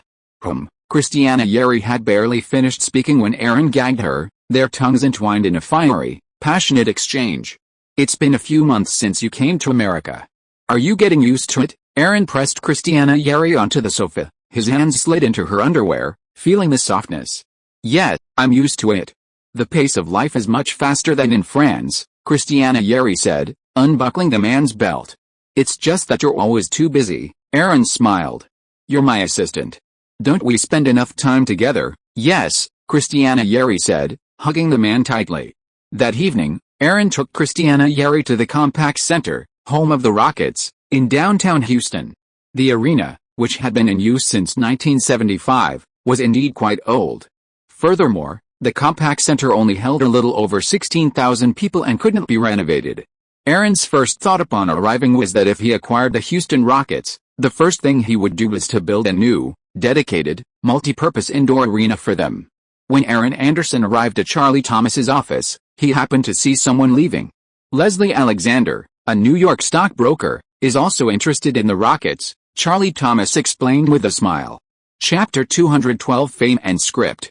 Of course the Rockets aren't moving. They'll always belong to Houston. Not only that, I'll also help the Rockets build a new, dedicated, multi-purpose arena. The Compaq Center has outdated facilities and insufficient seating, making it difficult to handle the Rockets' rise. Aaron appeared confident as he faced Charlie Thomas. Charlie Thomas was stunned. You want to build a new arena? I'm afraid the Houston city government won't be able to budget for it. Aaron smiled. It'll probably take years of lobbying for the city to pay, and I don't have that kind of time. What I mean is, I'll personally fund the construction of a multi-purpose indoor arena for the Rockets in Houston. Yourself? Charlie Thomas was immediately surprised. The cost of building a new indoor arena was more expensive than the team itself. Yes, Aaron nodded. It would be best if the Houston Rockets were sold to me. That Wall Street stockbroker Leslie Alexander just mentioned would probably be lucky to get enough money to buy the Rockets. I'm different. I can do a direct, instant cash transaction. There was no way around it. Aaron Anderson's advantages were too obvious. Not only was he wealthy, but he also had the other party's status and position, which was also extraordinary. As a Hollywood tycoon, Aaron Anderson was a Hollywood icon. His joining the NBA was something that League Commissioner David Stern and other club owners would welcome. Aaron Anderson would definitely be a positive publicity tool for the NBA, strengthening the connection between the NBA and Hollywood. That night, Aaron embraced Christiana Yeri in the hotel bathtub. Let's go straight to New York. Charlie Thomas won't refuse my offer, $85 million in cash, plus Aaron's promise to build a dedicated stadium. How could he refuse such an offer?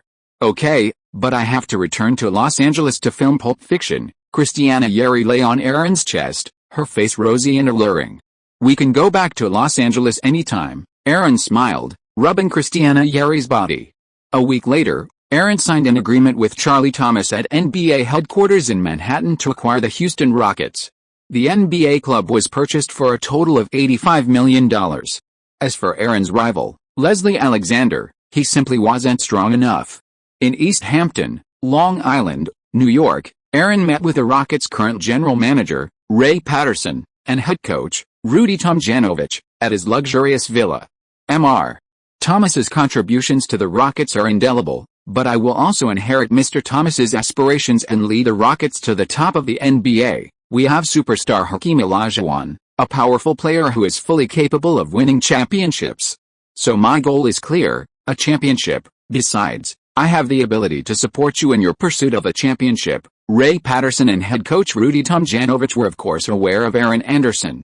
After all, Charlie Thomas had mentioned him before the acquisition. Championship? The Rockets do have the talent, but maybe they're just a little unlucky, Ray Patterson said, clearly wanting a championship as well. Aaron smiled.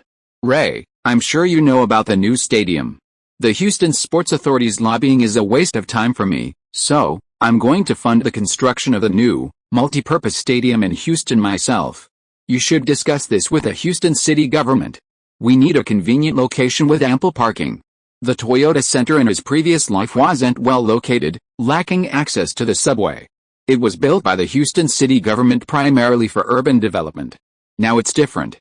Aaron's building it himself, without city funding. Doesn't that mean he's contributing to Houston's urban development?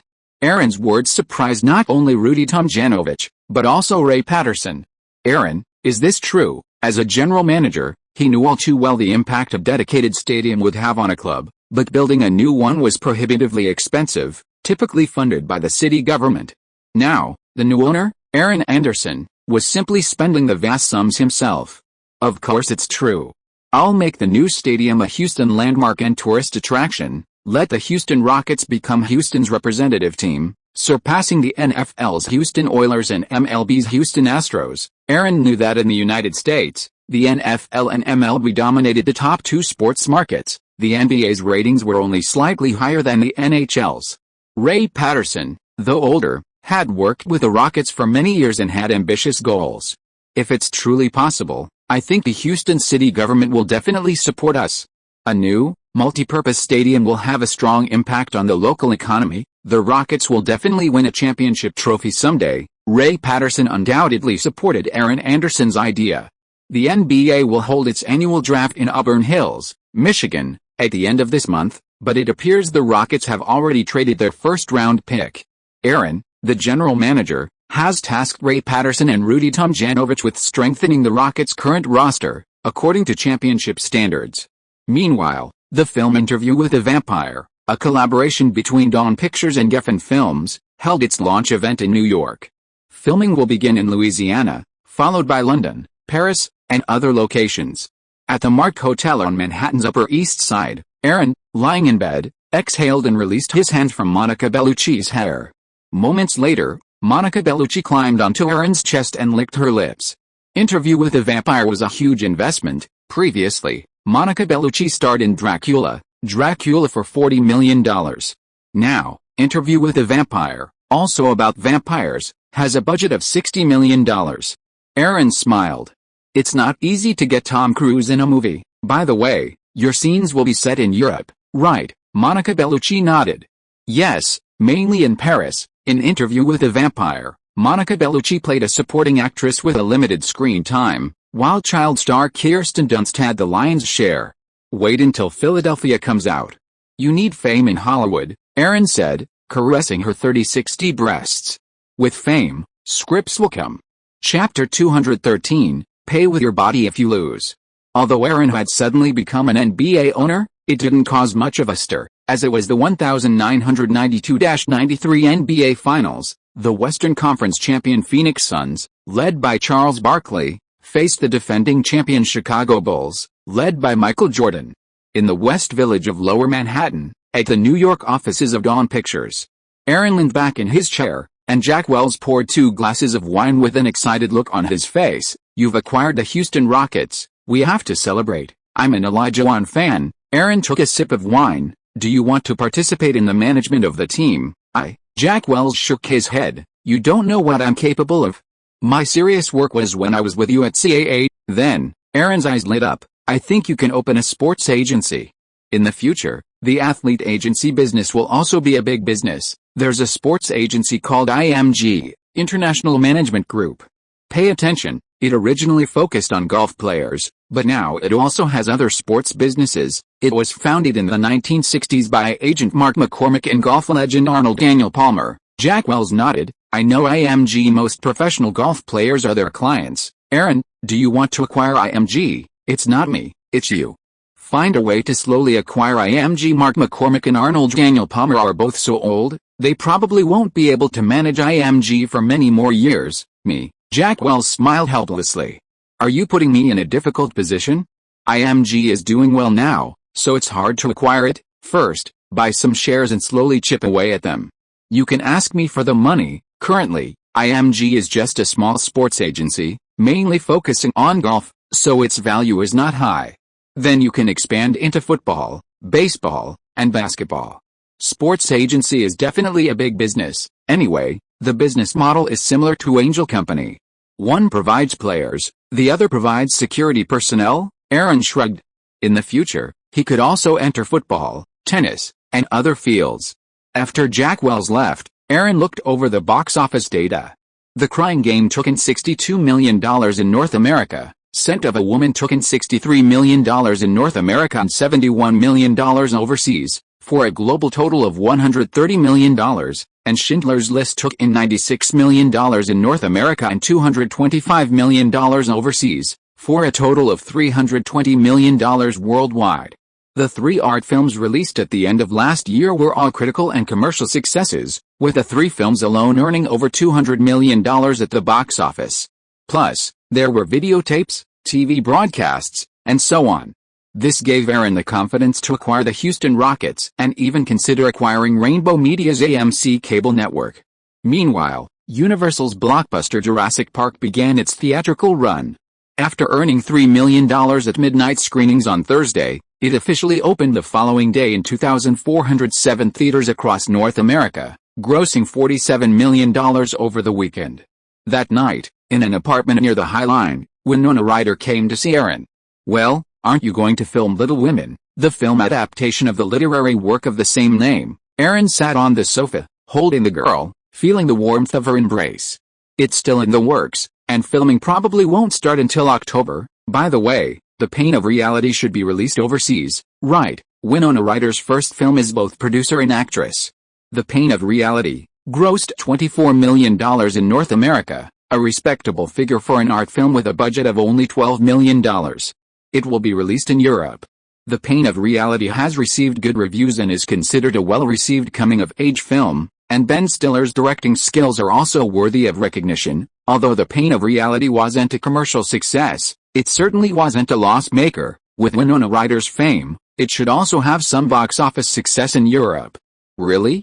Then didn't you lose money on The Pain of Reality? Winona Ryder kissed Aaron affectionately on the cheek. Luckily, the film wasn't expensive. Aaron smiled, unbuttoned the woman's shirt, and whispered in her ear, "Even if we lose money, it doesn't matter. You can pay with your body. As long as I'm here, Dawn won't lose money." "Oh, then I've been with you for a long time now. Doesn't that mean you'll invest in future projects?" Isn't the hardest part of being a filmmaker finding investment? With Aaron's connections, Winona Ryder could easily ask for his help on future projects like The Pain of Reality. "What do you think?" Winona Ryder immediately threw her arms around the man's neck and kissed him. Aaron also picked up the woman and carried her to the bedroom, pushing her onto the bed. "So, are you thinking of becoming a producer?" Aaron asked with a smile, lying on top of the woman. "Well, if there's a chance, I could give it a try. Don't you have me here now? You're a Hollywood prodigy, and I could learn from your success." Winona Ryder is now very ambitious and takes her work very seriously. "Actually, I don't have much experience. If you get involved in more commercial films, you'll be able to increase your popularity and influence. Besides, an actor's pay is determined by the box office performance of the film they star in. It's hard for art films to compete with commercials, unless someone like Aaron has a knack for discovering a hit art film. That would be ideal. You're talking about movies like Dracula, right? I get it. Dracula grossed $200 million worldwide, more than all of Winona Ryder's previous films combined. Edward Scissorhands was also a success, and these two films significantly increased Winona Ryder's influence. Films like The Age of Innocence, Earth Night, and The Pain of Reality are all literary and artistic works. Their box office revenue is limited, so they certainly aren't widely known. Their main focus is on award recognition. The Age of Innocence and Little Women are both adapted from famous novels, directed by renowned directors, so they should win some awards. Next, let's take on some commercial films. At least the pay is higher, Aaron said as he unhooked the woman's bra. Chapter 214 Wearing a bachelor's degree gown. After Jurassic Park opened with a record-breaking weekly box office in North America, it continued to soar, accumulating $120 million in just 2 weeks. Jurassic Park certainly received a lot of praise. The New York Times, Jurassic Park is a true cinematic milestone, presenting a scene of awe and terror never before seen in film history. The Philadelphia Inquirer, the earth-shaking footsteps of the dinosaurs in the movie Jurassic Park are vivid and terrifying. Director Spielberg's dinosaur special effects team created a Mesozoic zoo whose authenticity surpasses anything in film history. However, among the series of good reviews, there are also bad reviews. Canada's Globe and Mail, there are some thrills, some horror and shock in the movie Jurassic Park, but it has no poetry, no sense of surprise, no lines that resonate with the audience, and no artistic sense. The Times, the human characters in Jurassic Park are too easy to be forgotten and are completely insignificant. The Chicago Sun-Times, the movie lacks other more important qualities, such as a sense of awe and wonder, as well as sufficient humanity and story value. But no matter what, this Jurassic Park is epic-making. Jurassic Park's visuals became a milestone in film visual effects, directly ushering in groundbreaking uses of computer-generated imagery in filmmaking. Dawn Pictures' The Mask of Zorro, just 1 month after its release, has already grossed over $80 million in North America. It's also been released overseas, where it's now surpassed $50 million. The 19th Saturn Awards were held in Los Angeles. This is an award ceremony established by the Academy of Science Fiction and Horror Films, honoring sci-fi, fantasy, and horror films. Aaron didn't pay much attention to it, but this year's Dracula won several awards, including Best Horror Film, Best Director, Best Actor, and Best Costume Design. As the producer of Dracula, Aaron made a point to accompany director Francis Ford Coppola to this year's Saturn Awards. In fact, Dawn's subsidiary, Twilight Pictures, specializes in developing horror and gory B-movies. Peter Jackson, Out of the Dead. At the awards ceremony in Burbank, Aaron seemed to spot a familiar face. 32-year-old New Zealand director Peter Jackson.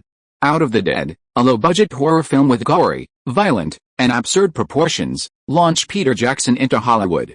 He was the director of the Lord of the Rings series, and Aaron quickly thought of J.R.R. Tolkien's fantasy masterpiece, The Lord of the Rings, and other novels. Aaron quickly called Estherine Beckett and asked her to look for the rights to Tolkien's Lord of the Rings series. Dawn had acquired the film rights to the Spider-Man comic book character from Marvel Studios last year, so now adding the Lord of the Rings series was a natural fit. What's up? What are you thinking about? In the ballroom of the Chateau Marmont in West Hollywood, Winona Ryder approached Aaron and clinked glasses. Oh, nothing, Aaron smiled. You almost won the Saturn Award for Best Actress. Winona Ryder was nominated for the Saturn Award for Best Actress for her role in 400 but lost to Virginia Madsen, the sexy actress in B-Man. By the way, when will Martin Scorsese's The Age of Innocence be released? Winona Ryder shrugged. It's scheduled for August. The male and female protagonists of The Age of Innocence are Daniel Day-Lewis and Michelle Pfeiffer respectively, and Winona Ryder is the supporting actress in it. And the upcoming Little Women is a group drama, but Winona Ryder is the heroine of the movie. Winona Ryder glanced at Aaron. Dawn just slayed at the Oscars. 2 summer releases, 4 Weddings and a Funeral and The Mask of Zorro, also performed amazingly. Looks like there's an action movie coming out in July, Speed, starring Keanu Reeves and Jennifer Connelly. Both stars have worked with Winona Ryder before. He starred opposite Keanu Reeves in 400 Years of Dracula. Jennifer Connelly also had a role in the spring release of The Pain of Reality. It's coming soon, mid-next month. I'm really looking forward to Speed, Aaron said. Kevin Costner is incredibly popular right now. Even The Bodyguard, despite receiving widespread negative reviews, managed to gross over $400 million worldwide. The text then abruptly shifts topics. Another abrupt shift. Aaron had come all the way from Los Angeles to Stanford University specifically to attend Jennifer Connelly's graduation ceremony. Honey, congratulations on your graduation. Outside Stanford University, Jennifer Connelly, who had just attended the graduation ceremony, was still wearing her graduation gown. Well, thank you. Jennifer Connelly excitedly hugged Aaron and kissed him passionately. After the kiss, the two got on the car, and Aaron couldn't help but praise, "This bachelor's gown is quite beautiful." Jennifer Connelly smiled. "Isn't it the same as those at other schools?" Aaron blinked. "I guess this is Stanford University. Can Stanford University be the same as ordinary universities? The clothes are not important. What is important is the school." "Aaron, do you want to feel and try on the university graduation gown?" Jennifer Connelly suddenly suggested. Aaron was stunned for a moment. "It's pointless. Even if I want to get into Harvard, Princeton, or Yale, it's not difficult." As he said that, Aaron stroked Jennifer Connelly's thigh. "Besides, there are many graduates from prestigious universities working at Dawn Pictures now. I know you're amazing." Jennifer Connelly leaned over and kissed Aaron on the face again. "Speed is about to be released, and I have to participate in the promotion activities. I have to return to Los Angeles tomorrow." "Do you have anything to do next?" Aaron hugged the girl. "Maybe I have to go to Canada. There is a co-produced Chinese language film that will be filmed in Vancouver. I want to go and see it." Of course, Aaron just wanted to meet Wang Xiuxin. The investment scale of Rumble in the Bronx was not worth Aaron's personal attention. Jennifer Connelly breathed quickly. "Then let's go back to the hotel and party." "Well, just wear this bachelor's gown." Chapter 215 Endless Aftertaste. Hilton Hotel, San Francisco Airport Bayfront. Aaron leaned on the sofa, looking at the ceiling, enjoying Jennifer Connelly's service, his expression changing constantly. After an unknown amount of time, Jennifer Connelly stood up from the ground, covered her mouth and ran into the bathroom. A moment later, Jennifer Connelly, with messy hair and a rosy face, came out of the bathroom. Her loose bachelor's gown was casually draped over her body, unable to conceal her seductive beauty at all. "Well, are you satisfied?" Jennifer Connelly sat down next to Aaron, leaned into the man's arms, with a smile on her lips. "So you like this? Not bad." Aaron stroked the sexy girl in his arms. "Then next time, I'll prepare the uniforms of a stewardess, nurse or police officer. How about that?" Jennifer Connelly had no resistance to Aaron. As long as the other party liked it, she could try all of these. Aaron agreed, "Of course. You're so likable. Oh, by the way, why did you suddenly buy the Houston Rockets? Didn't you say you were buying a sports club in Los Angeles?" Jennifer Connelly asked with a smile. Aaron sighed. The NBA's Los Angeles Lakers and Clippers, the NFL's Los Angeles Raiders and Rams, the MLB's Los Angeles Dodgers and Angels of Anaheim, none of those are for sale. Only the owner of the NHL's Los Angeles Kings is interested, but I'm not too keen on buying a hockey club. It just so happens that Houston Rockets owner Charlie Thomas is selling the team, so I just bought it. Plus, the Rockets are a powerhouse in the NBA, so it's not a loss, especially since Michael Jordan's Chicago Bulls had just defeated Charles Barkley's Phoenix Suns 4-2 in the finals, winning their first three-peat. Aaron wouldn't be mistaken. Michael Jordan would soon retire for the first time, and the Houston Rockets championship wasn't far off. Is that so? Then, won't you be going to Houston often from now on? Since Aaron bought the Houston Rockets, he would definitely have to go there in the future. Houston, Aaron thought for a moment. I'll definitely go there when I have time. Let's buy property in Houston first. Besides, I'm going to build a new dedicated stadium in Houston. Then, we can spend some time there too. Jennifer Connelly nudged Aaron in his arms. That's fine. Houston is also a large city in the United States. Yeah, otherwise, I wouldn't have bought the Houston Rockets. If it was a team in a small market, Aaron would have to find a way to relocate to another city. Aaron, you really won't come back to Los Angeles with me? Aaron smiled, caressing Jennifer Connelly, who lay in his arms.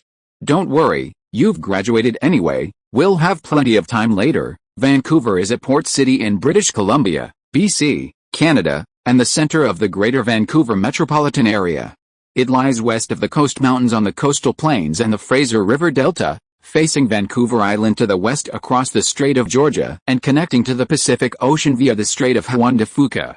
It has a temperate maritime climate, with mild and humid weather year-round. Joey, you're here. Aaron welcomed Wang Xiuxin to the Fairmont Waterfront Hotel in Vancouver. Aaron had arrived in Vancouver from San Francisco just to meet her. Well, Rumble in the Bronx is about to start filming, so I came here early. As soon as Wang Xiuxin entered the room, she was embraced and kissed by the man before she could even finish her words. Okay, Wang Xiuxin responded to the kiss and asked, why did you come to Vancouver in advance? I missed you. Aaron hugged the girl and sat on the sofa. I came here in advance, so I can accompany you to walk around Vancouver and enjoy the city scenery. Besides, there are many Chinese in the Vancouver area, most of them immigrated from Hong Kong. Yes, there are many Chinese in Canada, and many Hong Kong people immigrated to Canada. Wang Xiuxin hugged the man's neck, perhaps because they had had sex in Cannes before. He seemed more intimate. Aaron kissed him on the face. Didn't you say you like this city? I prepared a gift for you. Really? What gift? Aaron smiled, put down the girl in his arms, stood up and took a document. Look, this is a 2-story detached villa near Stanley Park. I prepared it specially for you. The environment is nice and the scenery is beautiful. When you come to Vancouver next time, you can move in directly. Aaron, Wang Xiuxin didn't expect the other party to give such a big gift. Don't talk. This little thing is worthless to me. Aaron kissed the girl. Didn't you say that there were other men bothering you in Hong Kong? Then you can just come to Vancouver for vacation. There are so many Chinese people there anyway, Aaron said as he pushed the girl onto the sofa and put his hand under her clothes. Wang Xiuxin's breathing became heavier, and she hugged the man in her arms. But, Aaron, isn't this gift too expensive? No. Aaron put his mouth close to the girl's ear and blew a breath. Last time in Cannes, it left me with an endless aftertaste. Aren't I here? Rumble in the Bronx is officially scheduled to start shooting in a week or two. Wang Xiuxin kissed Aaron on the mouth. Dawn should be very busy during the summer vacation. Right, busy, but I'm the boss and I can take a vacation. Wang Xiuxin smiled. The Mask of Zorro has been released in Hong Kong, but the most famous movie right now is the Dinosaur movie. Dinosaur movie? You are talking about Universal's Jurassic Park. Speaking of this movie, Aaron has no temper at all. The popularity of Jurassic Park is simply irresistible. The popularity of Jurassic Park is really a global hit, and it has full appeal to audiences from all countries. However, I also heard that Xu Guang's Schindler's List and The Mask of Zorro are very popular in Japan, Wang Xiuxin explained again. Aaron got up from the girl, leaned on the sofa and nodded. The Japanese market is indeed very important. It seems that he missed Fujiwara Norca a little bit. Aaron should take some time to go to Japan again to see how the Shugwang International Japan branch established in Japan is doing. Looking at Wang Xiuxin in his arms, you should be hungry. Let's go out for something to eat. Wang Xiuxin nodded. How long do you plan to stay in Vancouver? About a week. Aaron rubbed the other's body. I can accompany you for a while. Soon, the two left the hotel. Chapter 216 must get it. The view here is so beautiful. Aaron and Wang Xiuxin arrived at a villa near Stanley Park, right next to English Bay and overlooking Ballard Bay. Do you like it? Aaron hugged Wang Xiuxin and kissed her on the cheek affectionately. Wang Xiuxin leaned in Aaron's arms, still very happy. Of course I like it. This is a great place. Then, she turned her head and took the initiative to kiss the man. At night, Aaron held Wang Xiuxin in the warm bathtub, a look of satisfaction on his face. Well, if you're unhappy in Hong Kong in the future, just come here directly. Of course, you can also come to the United States to find me. Wang Xiuxin smiled. Would you have time to come to the United States to find you? Aaron rubbed the girl's body. As long as you come, I will definitely have time. Okay. Wang Xiuxin was already in a bad mood after breaking up with her ex-boyfriend, and now she was pursued by a wealthy man in Hong Kong. If she hadn't met Aaron Anderson, Wang Xiuxin didn't know what she would have chosen. What? Thinking about it again. Haven't you been giving me enough to do these past 2 days? Wang Xiuxin quickly sensed the changes in the man beneath her, and with his unruly hands, she felt a bit amused and helpless. Who asked you to be so alluring? By the way, are you still filming several movies a year in Hong Kong? Aaron asked, realizing something. Yeah, now I get paid 1.8 million Hong Kong dollars for one movie, which is pretty good. Aaron shook his head. Don't make yourself so tired. Take on fewer scripts, and use the money you have to buy some real estate. I went to Hong Kong before and bought a half-mountain villa in Repulse Bay, Hong Kong. When you come back to Hong Kong, help me buy a few more when you have time, just as an investment there. Wang Xiuxin nodded. Okay, Hong Kong's real estate is indeed very hot and suitable for investment. How much are you going to invest? How much? Aaron thought for a while. The exchange rate of US dollars to Hong Kong dollars is 7.8, about 40 to 50 million US dollars. That's between 300 and 400 million Hong Kong dollars. Wang Xiuxin was surprised. So much? After staying in Vancouver for a week, the crew of Hong Kong's Rumble in the Bronx completed its preparations, and Aaron returned to Los Angeles. Dawn's action film Speed also started to be released. However, Hollywood was in the midst of a troubling news story. Heidi Fleisch, Hollywood's top brothel owner, had been arrested. Her arrest, charged with drug trafficking, prostitution, money laundering, and escaping the law, rocked Los Angeles, and for days, the media bombarded the city with coverage. I knew this woman was up to no good, and she was bound to get into trouble. In a West Hollywood bar, Jack Wells embraced Uma Thurman, his face filled with relief. He was referring to Heidi Fleisch. Aaron, observing how quickly he'd become involved with Uma Thurman, said, Heidi Fleisch has too many celebrity profiles. She's afraid to reveal them. Even if she goes to jail, it won't be for long. Los Angeles celebrities, Washington politicians, and Wall Street businessmen, many had sought her services, and these individuals were clearly not permitted to be publicly disclosed. Currently, the only clue that this Hollywood star had been a frequent client was the signed check from Charlie Sheen, found in her pocket upon her arrest. Charlie Sheen, that guy, really knows how to have fun. He actually went to Heidi Fleisch so many times and used so many call girls. Jack Wells laughed as he spoke, even more frantic than his client, Quentin Tarantino. Aaron shrugged. Charlie Sheen's always been like this. Has Pulp Fiction started post-production yet? Yes, Quentin is leading the editing, and the film is turning out pretty well, Jack Wells said, kissing Uma Thurman in his arms. Aaron nodded. I've seen some of the dailies. Quentin is quite talented, especially Uma Thurman and John Travolta. Their performances are amazing. Thank you. Uma Thurman, standing nearby, was naturally delighted by Aaron Anderson's praise. Pulp Fiction also stars Madonna Ciccone and Christiana Yeri, but neither of them stands out as Uma Thurman. Speed opened in 2,134 theaters in North America, grossing $14.5 million over its first 3 days. While not as good as The Mask of Zorro, the film received mostly positive reviews. The pairing of Keanu Reeves and Jennifer Connelly also garnered praise from critics, and the popularity skyrocketed with the film's success. Dawn Pictures, Aaron's office. Hollywood producer Saul Zaentz. Yes, the film and television adaptation rights of Tolkien's The Lord of the Rings and The Hobbit novel series are all in the hands of this Mr. Saul Zaentz, and it also includes a series of ownership rights to the portraits and names of the characters in the novels of The Lord of the Rings and The Hobbit. After listening to Esther Beckett's explanation, Aaron understood. You mean the complete novel adaptation rights, the right to licensed movies, TV, games, and other derivative products? Yes, Esther Beckett nodded immediately. The Tolkien Estate Committee owns the publishing rights of the novels, and 7.5% of the profits after the adaptation.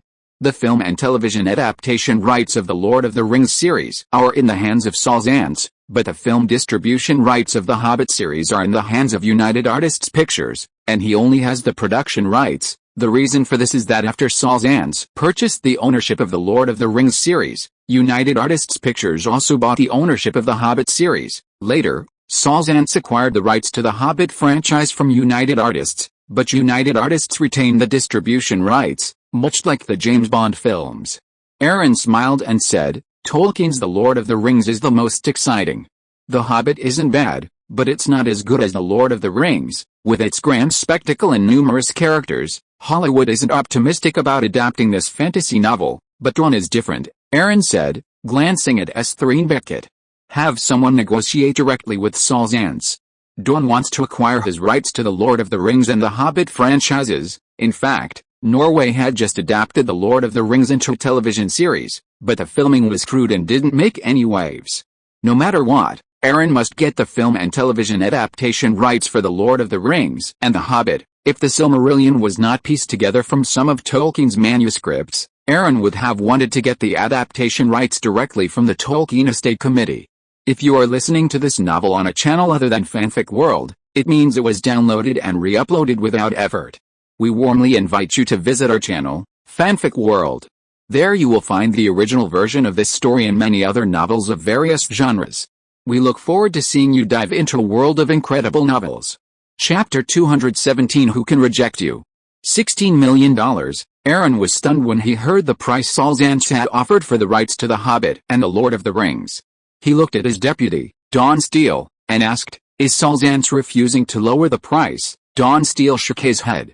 He seems quite adamant. Aaron thought for a moment and said, Give him the nod. The Hobbit counts as one novel, and The Lord of the Rings has 3 books, which adds up to 4 novels. $16 million isn't out of the question. The Hobbit has 220,000 words, and The Lord of the Rings series has over 1 million words combined. If it weren't for the novel's vast world views, no one would have thought they could be adapted into films. Given the popularity of The Hobbit and The Lord of the Rings novels, the price would surely be sky high. Aaron, are you really confident? Don Steele was still a little worried, as Tolkien's novels were incredibly difficult to adapt. Saul Zaentz, 72, is a veteran Hollywood filmmaker. In the 1970s, he co-produced a hugely successful film One Flew Over the Cuckoo's Nest, with Michael Douglas, winning 5 Academy Awards that year: Best Picture, Best Director, Best Screenplay, Best Actor, and Best Actress. This clearly shows that Saul Zaentz is no slouch. He's owned The Hobbit and Lord of the Rings novel series for nearly 20 years, and he's already developed an animated adaptation. Doesn't this just underscore the difficulty of adapting Tolkien's novels? Don't worry, you saw Spielberg's Jurassic Park. The popularity of special effects-heavy blockbusters exceeded our expectations. The Lord of the Rings must be a success, and Aaron wouldn't give up. Don Steele nodded. Okay, then I'll contact Saul Zaentz immediately to acquire the rights to The Hobbit and The Lord of the Rings. Since Aaron had made his decision, Don Steele wouldn't object.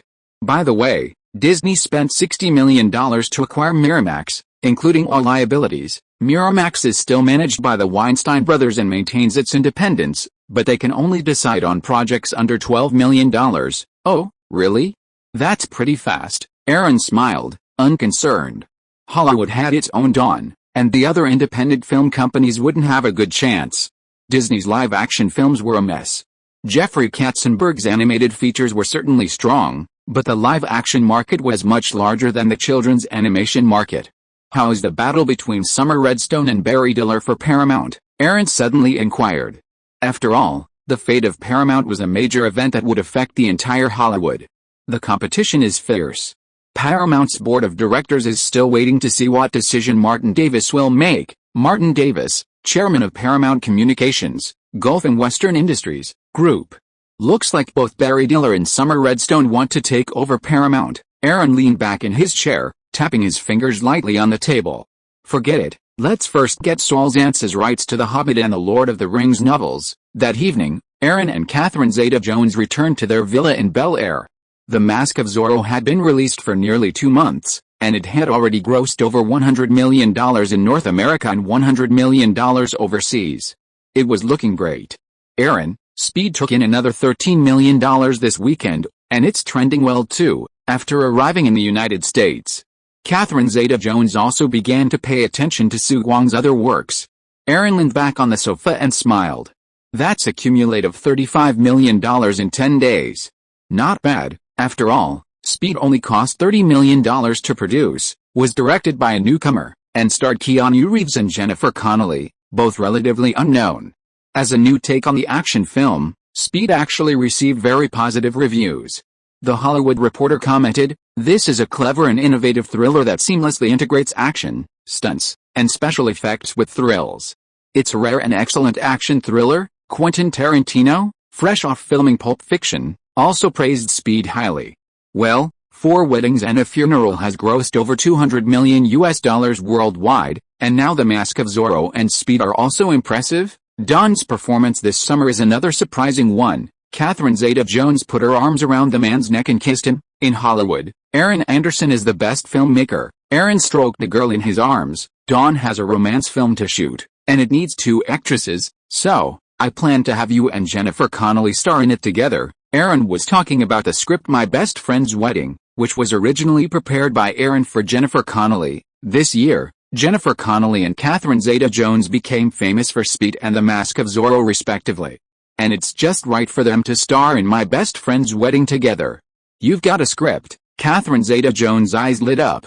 After all, Aaron Anderson's vision was exceptional, especially when it came to romances. Just look at Nicole Kidman's Ghost and Sleepless in Seattle. Yet, it's a romantic comedy. It's not complicated to film. We'll probably start shooting in 3 months, aiming for a summer release next year. My Best Friend's Wedding had already completed pre-production, requiring only the crew to be assembled. It should be ready quickly.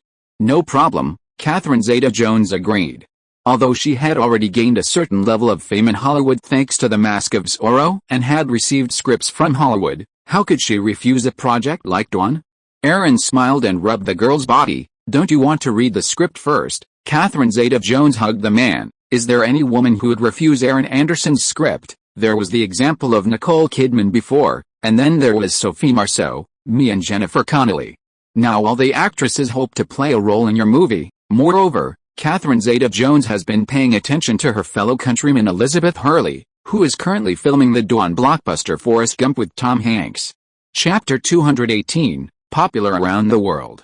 1993 summer season saw the release of such excellent films as The Mask of Zorro, Speed, The Trap, and In the Line of Fire. This year's summer season was destined to be dominated by Universal's sci-fi blockbuster Jurassic Park. Its release truly ignited the summer season, sparking a global craze for dinosaurs and truly becoming a global sensation. Meanwhile, The Piano and Farewell My Concubine, both winners of the Palme d'Or at the Cannes Film Festival, will be released in August and September. Meanwhile, Aaron's highly anticipated adaptation of Red Dragon seems to be facing some issues. The new script for Red Dragon continues to struggle with director Jonathan Demme's approval and requires revisions.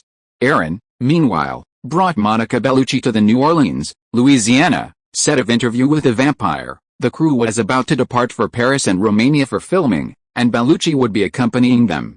Aaron also saw Tom Cruise with his long hair on set, and was truly stunning. Tom and Brad, combined, could draw countless female fans into the theaters, Aaron said, completely impressed by David Geffen's aesthetic. He only favored the most handsome men in Hollywood. David Geffen, standing nearby, chuckled, These makeup looks are quite time-consuming and laborious for the actors. The vampires in Anne Rice's novel have translucent skin, and their veins are visible through it, especially before feeding. To achieve this effect, the actors had to hang upside down for 30 minutes at a time. This allowed blood to flow to their faces, highlighting their veins and allowing the makeup artists to see them more clearly, creating a more realistic vein pattern. I heard Brad Pitt was a bit resistant to this film. David Geffen nodded. He had some issues with the makeup, the props, and the enclosed, dark interior. I even got a call from him saying he wanted to quit Interview with the Vampire. Aaron peeked. Oh, so how did you convince him? Haha, I told him it would cost him $40 million if he broke the contract. Okay, Brad Pitt, having just gained a certain level of fame with A River Runs Through It, certainly didn't have $40 million to spare. Anne Rice, the author of the novel, withdrew from the project because Tom Cruise was cast in the lead role, which also had a significant impact on the film. We need to resolve this issue. We can't let her say anything when the movie comes out. Aaron was definitely concerned about the film's future performance. Anne Rice, David Geffen nodded. After filming wraps, let's just send her a VHS copy. I'm sure after she sees Tom Cruise's performance in the movie, she'll definitely support our choice. That's perfect, Aaron said, relieved. After all, David Geffen could handle such a small matter without a problem. At night, in a New Orleans hotel, Aaron lay on top of Monica Bellucci. Next, you're going to Europe to film. You'll be starring opposite child star Kirsten Dunst, and you'll also have scenes with Brad Pitt? Yes, I know. I've read the script and the lines many times. It's no problem. Monica Bellucci clung to the man in her arms, seductively. So, will you go to Europe? Aaron shook his head.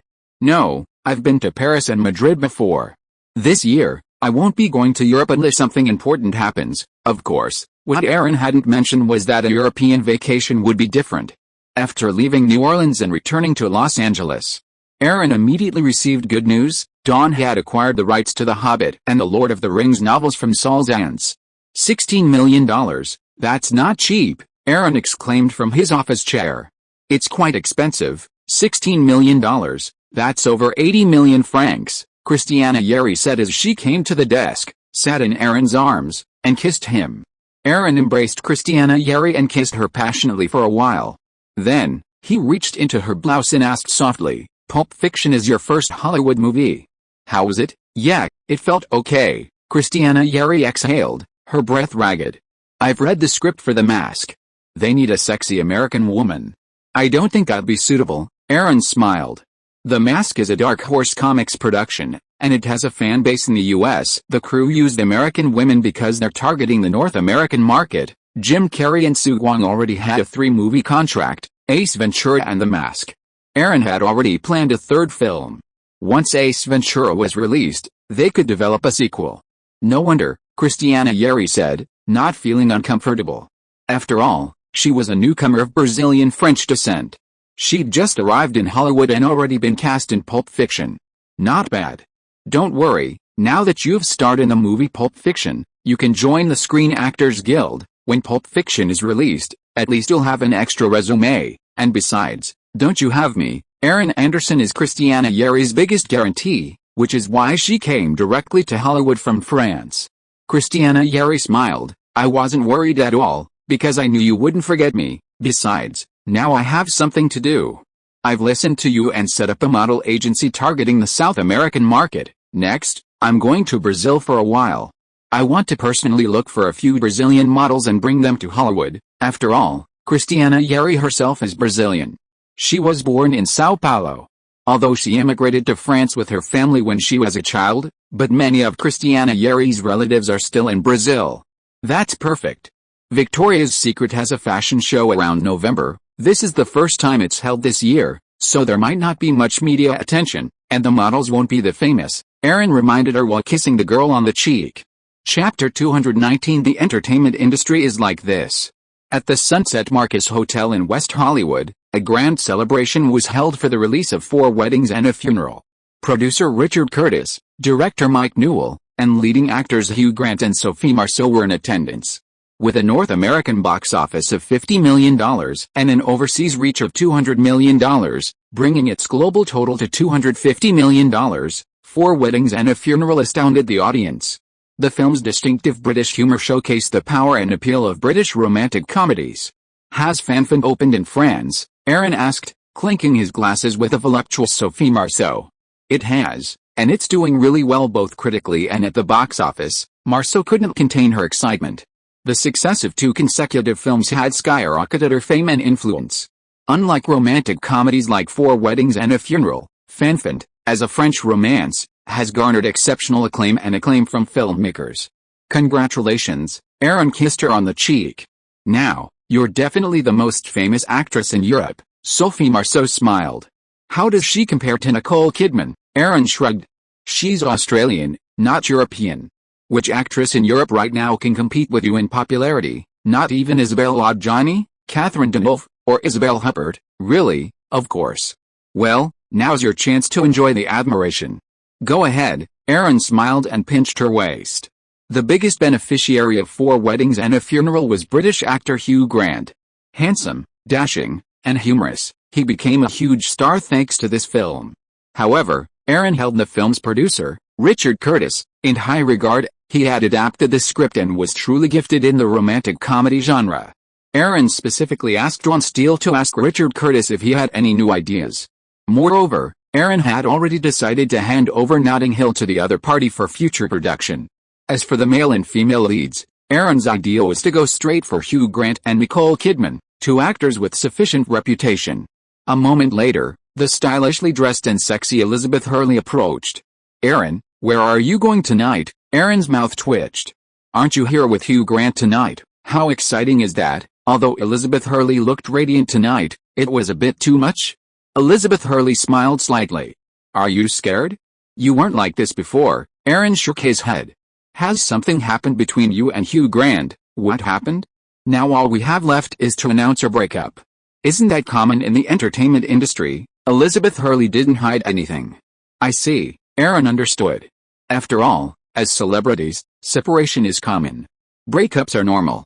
By the way, how is the filming of Forrest Gump going? Because Forrest Gump was directed by the renowned director Robert Zemeckis, Aaron was quite confident in the film's progress, so he paid relatively little attention. Furthermore, Aaron hadn't heard of any problems with the filming. Oh, it's going smoothly. Director Robert Zemeckis and Tom Hanks are having a great time working together. I've almost finished filming my scenes, and I'll probably wrap in a week or 2. Elizabeth Hurley, the lead actress in Forrest Gump, although her role wasn't from beginning to end, was the film's most important female character, so her importance was undeniable. Aaron nodded. He was extremely excited about Forrest Gump, and he was also keeping an eye on The Shawshank Redemption, produced by Castle Rock Pictures and distributed by Columbia Pictures. He was also keeping an eye on Pulp Fiction and Interview with a Vampire, all set to be released next year. They were all truly exceptional films. Elizabeth Hurley glanced at Hugh Grant, who was being adorned with stars in the distance. Regardless of gender, it seems anyone who stars in a film like yours always quickly becomes famous. Elizabeth Hurley downed her champagne and whispered, Aaron, shall I meet you in the bathroom on the 3rd floor? Aaron studied her a few more times. Elizabeth Hurley was definitely at the peak of her beauty right now, with both good looks and a stunning figure. Otherwise, Aaron wouldn't have accepted her offer earlier. Go get a room and wait for me. Elizabeth Hurley nodded and left. Afterwards, Aaron came to Hugh Grant and had a drink with him, then said with a smile, You are the dream lover of countless women now. Hugh Grant shook his head. I have to thank you for your unique vision. The success of Four Weddings and a Funeral is mainly thanks to you. Haha, you are a top student graduated from Oxford University. Whether it is your figure or appearance, you will do very well in the entertainment industry. Even if Four Weddings and a Funeral had not been discovered by me, other companies would have invested in Richard Curtis. Now the new generation of idol male stars in the UK is Hugh Grant, like Anthony Hopkins, who won the Oscar for Best Actor, Daniel Day-Lewis, Jeremy Irons and others. Although they are strong, they tend to be literary and artistic, or their age can only play supporting roles. Okay, keep accepting the praise. Tonight was meant for you. Aaron patted the other woman on the shoulder, but in his mind he was thinking of Kate Beckinsale, whom he had met at the Cannes International Film Festival. She was also an Oxford student and would be transferring to Oxford, France this year. Aaron also had high hopes for her to star in director Edward Zwick's new project, Legends of the Fallen, but his preferred lead, Brad Pitt, was still filming Interview with a Vampire. Furthermore, Jim Carrey's second film, The Mask, was still lacking a sexy and beautiful leading lady. Director Chuck Russell needed an actress with a strong runway presence, and he had originally set his sights on the sexy model Anna Smith, last year's Playboy cover girl and playmate.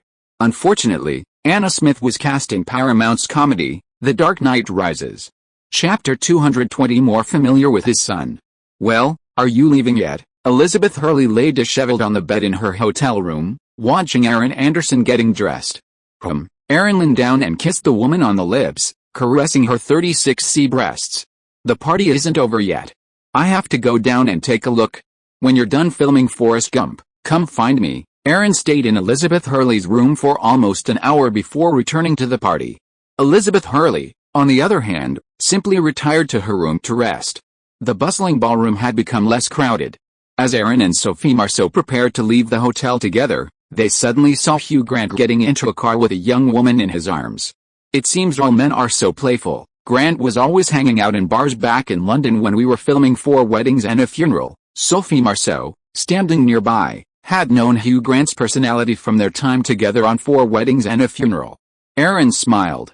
Honey, I don't go to bars that often. You? Sophie Marceau pinched Aaron's thigh. I can't believe you brought someone back from France. Is it Christiana Yeri? Aaron took the girl's hand.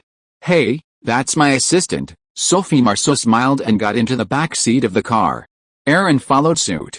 Yes, she is indeed a very beautiful female assistant. Aaron smiled but said nothing. Christiana Yeri had already gone to Brazil, busy setting up a modeling agency. He simply stroked her thigh, then hugged the girl and kissed her. Sophie Marceau responded enthusiastically, reaching out to unzip the man. After returning to their Mandeville Canyon villa in Beverly Hills, the two went straight to the bathroom. At the end of July, the second MTV Movie Awards were also held in Los Angeles. As an international film award program established by MTV, the Global Music Television Network's selection criteria differ from traditional academic awards by relying on audience votes to determine the winners. Therefore, the MTV Movie Awards are highly entertaining and engaging, earning them the nickname Golden Popcorn Awards. A Few Good Men, starring Tom Cruise and Jodie Foster, won Best Picture at the second MTV Movie Awards. Denzel Washington won Best Actor for his performance in Malcolm X. Christian Slater won the Sexiest Actor Award for his performance in Being a Man. Sharon Stone won the Sexiest Actress Award for her performance in Basic Instinct. Kevin Costner's The Bodyguard won Best European Film. Marissa Tomei and Christian Slater from Being a Man shared the Best Kiss Award. Compared to previous ceremonies like the Saturn Awards and the Independent Spirit Awards, the MTV Movie Awards are primarily aimed at teenagers and have a strong commercial atmosphere.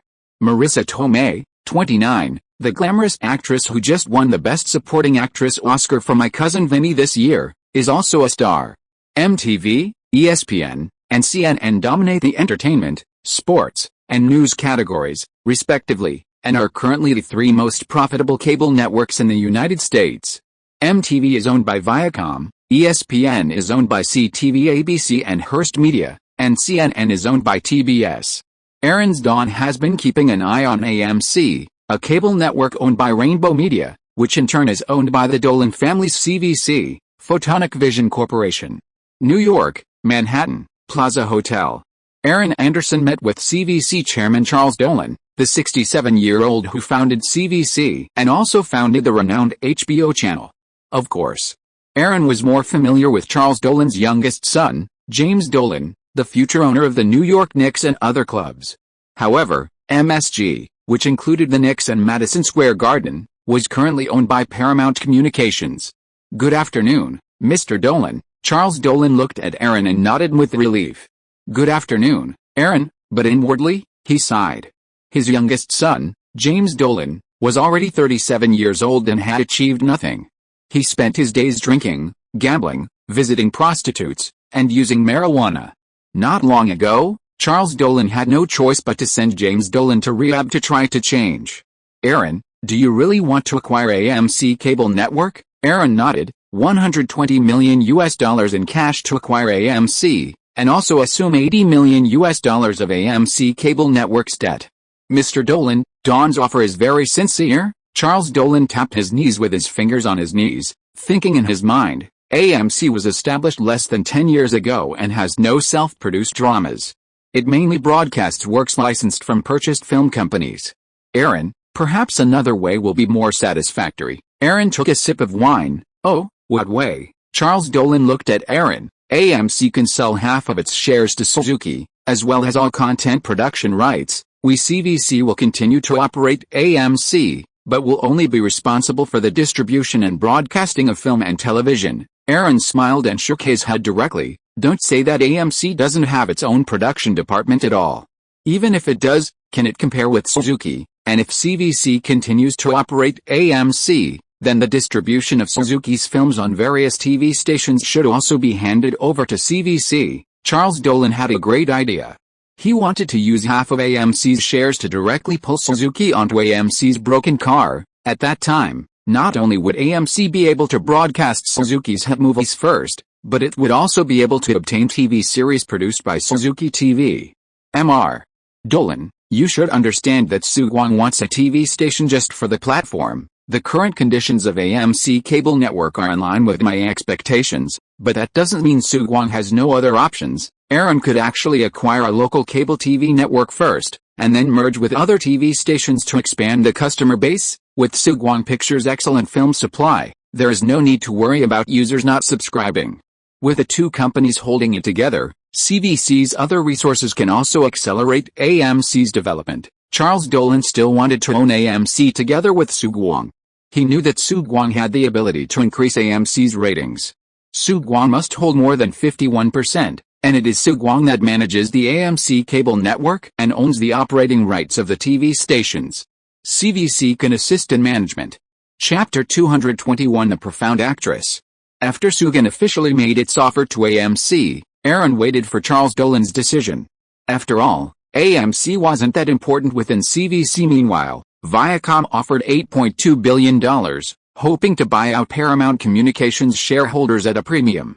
However, QVC, led by Hollywood icon Barry Diller, formerly CEO of Paramount Pictures, offered $9.5 billion. Viacom chairman Summer Redstone, the entertainment tycoon who first declared Content King, seemed to prioritize Paramount over Viacom itself. To generate sufficient cash flow, Viacom turned its attention to Blockbuster, the world's largest video rental chain. In mid-August, the news of the murder of James Jordan, father of NBA superstar Michael Jordan, shocked the world. 3 weeks after missing, his body was discovered near the South Carolina border. Tests confirmed that Jordan had been killed in North Carolina. Although police ultimately ruled the murder a random robbery, conspiracy theories surrounding Michael Jordan circulated. The media raged, centered around his family, his gambling debts, and the disposition of his body. Michael Jordan had long been mired in gambling trouble, from being censured by the NBA, to being photographed by reporters at a casino in the wee hours of the playoffs, to a book published by a drug dealer and creditor alleging Michael Jordan's failure to repay his debts. Aaron knew Michael Jordan's first retirement was nigh. In Dawn's New York office, Aaron was holding a script submitted by rookie screenwriter Andrew Walker. Entitled 7 Deadly Sins, it used religious themes to explore the decline of human nature under the weight of modern materialism. The script's themes were rich, encompassing sin and punishment, human nature, and redemption. The 7 deadly sins of Catholicism, gluttony, greed, sloth, envy, lust, pride, and wrath, were used to perpetuate the serial killings. The script, steeped in religious overtones, highlighted the dark side of human nature. It's a great script. Send it to David Fincher. It's a noir, religious, and suspenseful film, perfect for him to direct, Aaron instructed Esther Beckett. As for the unpleasant experience filming Alien 3, which had made David Fincher somewhat afraid of directing, Aaron wasn't too worried. Such a good script definitely met David Fincher's expectations. Furthermore, Aaron had previously collaborated with him on Phone Booth, so he certainly wouldn't completely strip him of his directorial authority like 20th Century Fox did on Alien 3. Instead, Aaron would fully support David Fincher's filming process. At the Hilton Hotel in Midtown Manhattan, Aaron and Jennifer Connelly attended a cocktail party together. Aaron, Speed has grossed over $90 million in North America in just over a month. It's been released in overseas markets, and it's now over $50 million. Jennifer Connelly was excited, as it was her highest-grossing film to date. Aaron nodded. The Pain of Reality grossed nearly $35 million worldwide, and it was also the year's film starring Jennifer Connelly. Speed was certainly excellent, but another summer release from Dawn, The Mask of Zorro, had already grossed $140 million in North America and over $180 million overseas. Aaron kissed the girl on the cheek. You're kind of on the rise again now. Fresh out of Stanford, and you've got a hot movie. Isn't that great? Jennifer Connelly smiled. That's all thanks to you. Otherwise, I would have starred in those risque films like The Boiling Point. I probably wouldn't have graduated normally if she hadn't met Aaron Anderson. Jennifer Connelly, after failing to audition for Pretty Woman, would probably have accepted Orion's low-budget film, The Boiling Point, and the actress who starred in The Boiling Point was none other than Uma Thurman, who had just appeared in Dawn's Quentin Tarantino's Pulp Fiction. Aaron, it seems that the screenwriter of Fatal Romance directed by Tony Scott is Quentin Tarantino, right? Aaron was stunned at first, then nodded. It is indeed Quentin's script. Are you still paying attention to it? Although Tony Scott is the younger brother of director Ridley Scott, and has made blockbuster movies such as Top Gun, but then he shot 3 action blockbusters in succession: Days of Thunder starring Tom Cruise, Revenge starring Kevin Costner, and The Commando starring Bruce Willis, which did not meet expectations in reputation, and fell into a slump. Jennifer Connelly shook her head. Fatal Romance will be released in September, and I've met the movie's leading lady, Patricia Arquette, before and talked about it. Hey, not only that, director Oliver Stone is currently filming another action crime film, Natural Born Killers, which is also written by Quentin Tarantino. On the other side, Winona Ryder also came to the cocktail party with her new friend Gwyneth Paltrow. Gwyneth Paltrow was born into an acting family and is also the goddaughter of the famous director Steven Spielberg. Her debut work at the age of 19 was The Other's Hook. Hey, Winona, don't you know Aaron Anderson? Gwyneth Paltrow pulled Winona Ryder beside her. Look, isn't that him who just passed by over there? Winona Ryder took a look, and Aaron put down his empty wine glass and sat on the sofa. It's Aaron Anderson. Please introduce him to me. All the women in Hollywood want to meet him now. Winona Ryder raised an eyebrow. Well, let's go over there. Looking at Gwyneth Paltrow's eyes, she felt stunned, and Winona Ryder also knew that Aaron Anderson was a man who could not resist the temptation of beauty. Gwyneth Paltrow had a good figure, was young, fashionable and beautiful, and Aaron Anderson probably couldn't resist her seduction. Aaron Anderson, sitting on the sofa, found an actor who left a deep impression in his memory. Young Jennifer Aniston was indeed sexy and stunning, but Friends hadn't even aired yet. Even though Dawn TV, through Spielberg's introduction, was already developing the series ER with Michael Crichton, how could Aaron miss Friends? Good evening, Aaron. Winona Ryder and Gwyneth Paltrow approached Aaron. Chapter 222 Future American Sweetheart. Gwyneth Paltrow? Good evening. Aaron wondered when Winona Ryder had met her, and how they became so close. While Aaron knew her, he wasn't very familiar with her. After a few words, he looked for an opportunity to withdraw. Then, Aaron headed in the direction of Jennifer Aniston, whom he had just spotted. He spotted a somewhat bored Jennifer Aniston in a corner. She had a sweet face, blue eyes, and three-dimensional features. She was wearing a white shirt, giving her a reserved look. Good evening, can I buy you a drink? Aaron approached with a smile. This was the future of America's sweetheart. Oh, you're Mr. Aaron Anderson, Jennifer Aniston said, her face aghast, yet she couldn't hide her excitement. Good evening, I'm Jennifer Aniston. After shaking hands, the two of them headed to the hotel bar. I never thought the famous Aaron Anderson would buy me a drink. Jennifer Aniston, known for her playful and whimsical personality, was still surprised to meet Aaron. Aaron smiled and took a sip of his beer. Just call me Aaron. We're about the same age? Jennifer Aniston shook her head. I'm a year older than you. Aaron Anderson was only 23 years old, that was no secret. Later, during their conversation, Aaron learned that Jennifer Aniston had been playing small roles in recent years. However, it seemed that Jennifer Aniston had starred in the horror film Gremlins, which was already released this year. Well, no more roles now. Aaron swayed on the dance floor, his arm around Jennifer Aniston. Jennifer Aniston kissed Aaron on the cheek. Right now, I'm auditioning while performing on Broadway, I see, Aaron said, and he kissed Jennifer Aniston passionately. He realized that Friends hadn't even started production yet, perhaps they were still working on the script. I'll call you when I have time. After spending some time flirting with Jennifer Aniston in the bar, Aaron left her phone number. Yet, I'll wait. Jennifer Aniston nodded, her face slightly flushed, adjusting her shirt and bra. "I'll let you know if there's a role for you." Aaron quickly called his assistant, Esther Beckett, and asked her to look for sitcom projects that focused on the love lives of young people in New York City.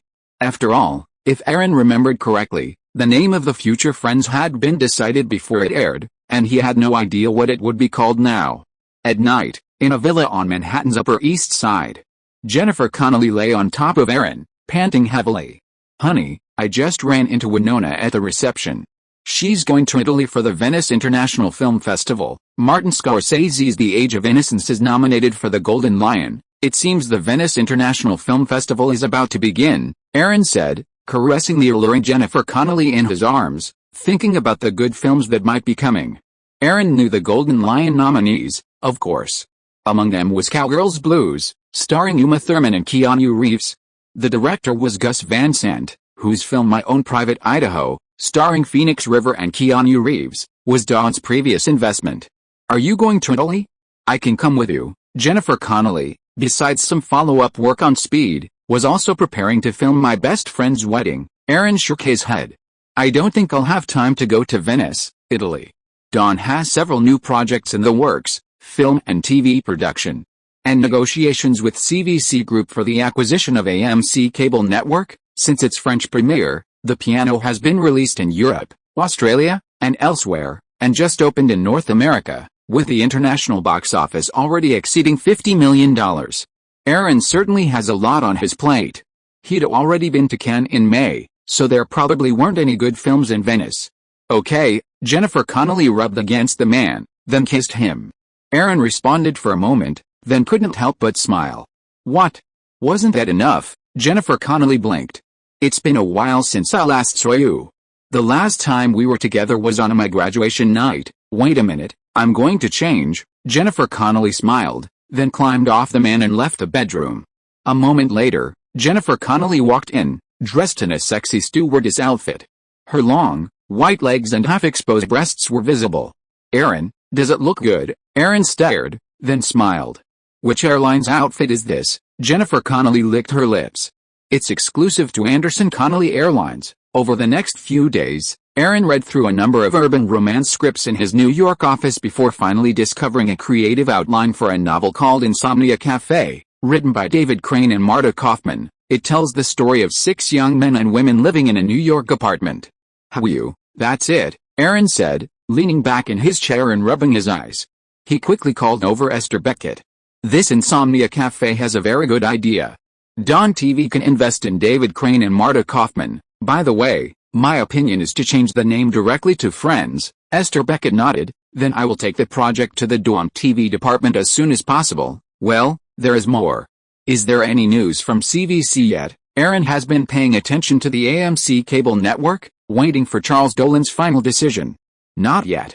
Charles Dolan seems to have gone to Minnesota to visit his son James Dolan. His son James Dolan was sent there by Charles Dolan himself some time ago," Esther Beckett explained.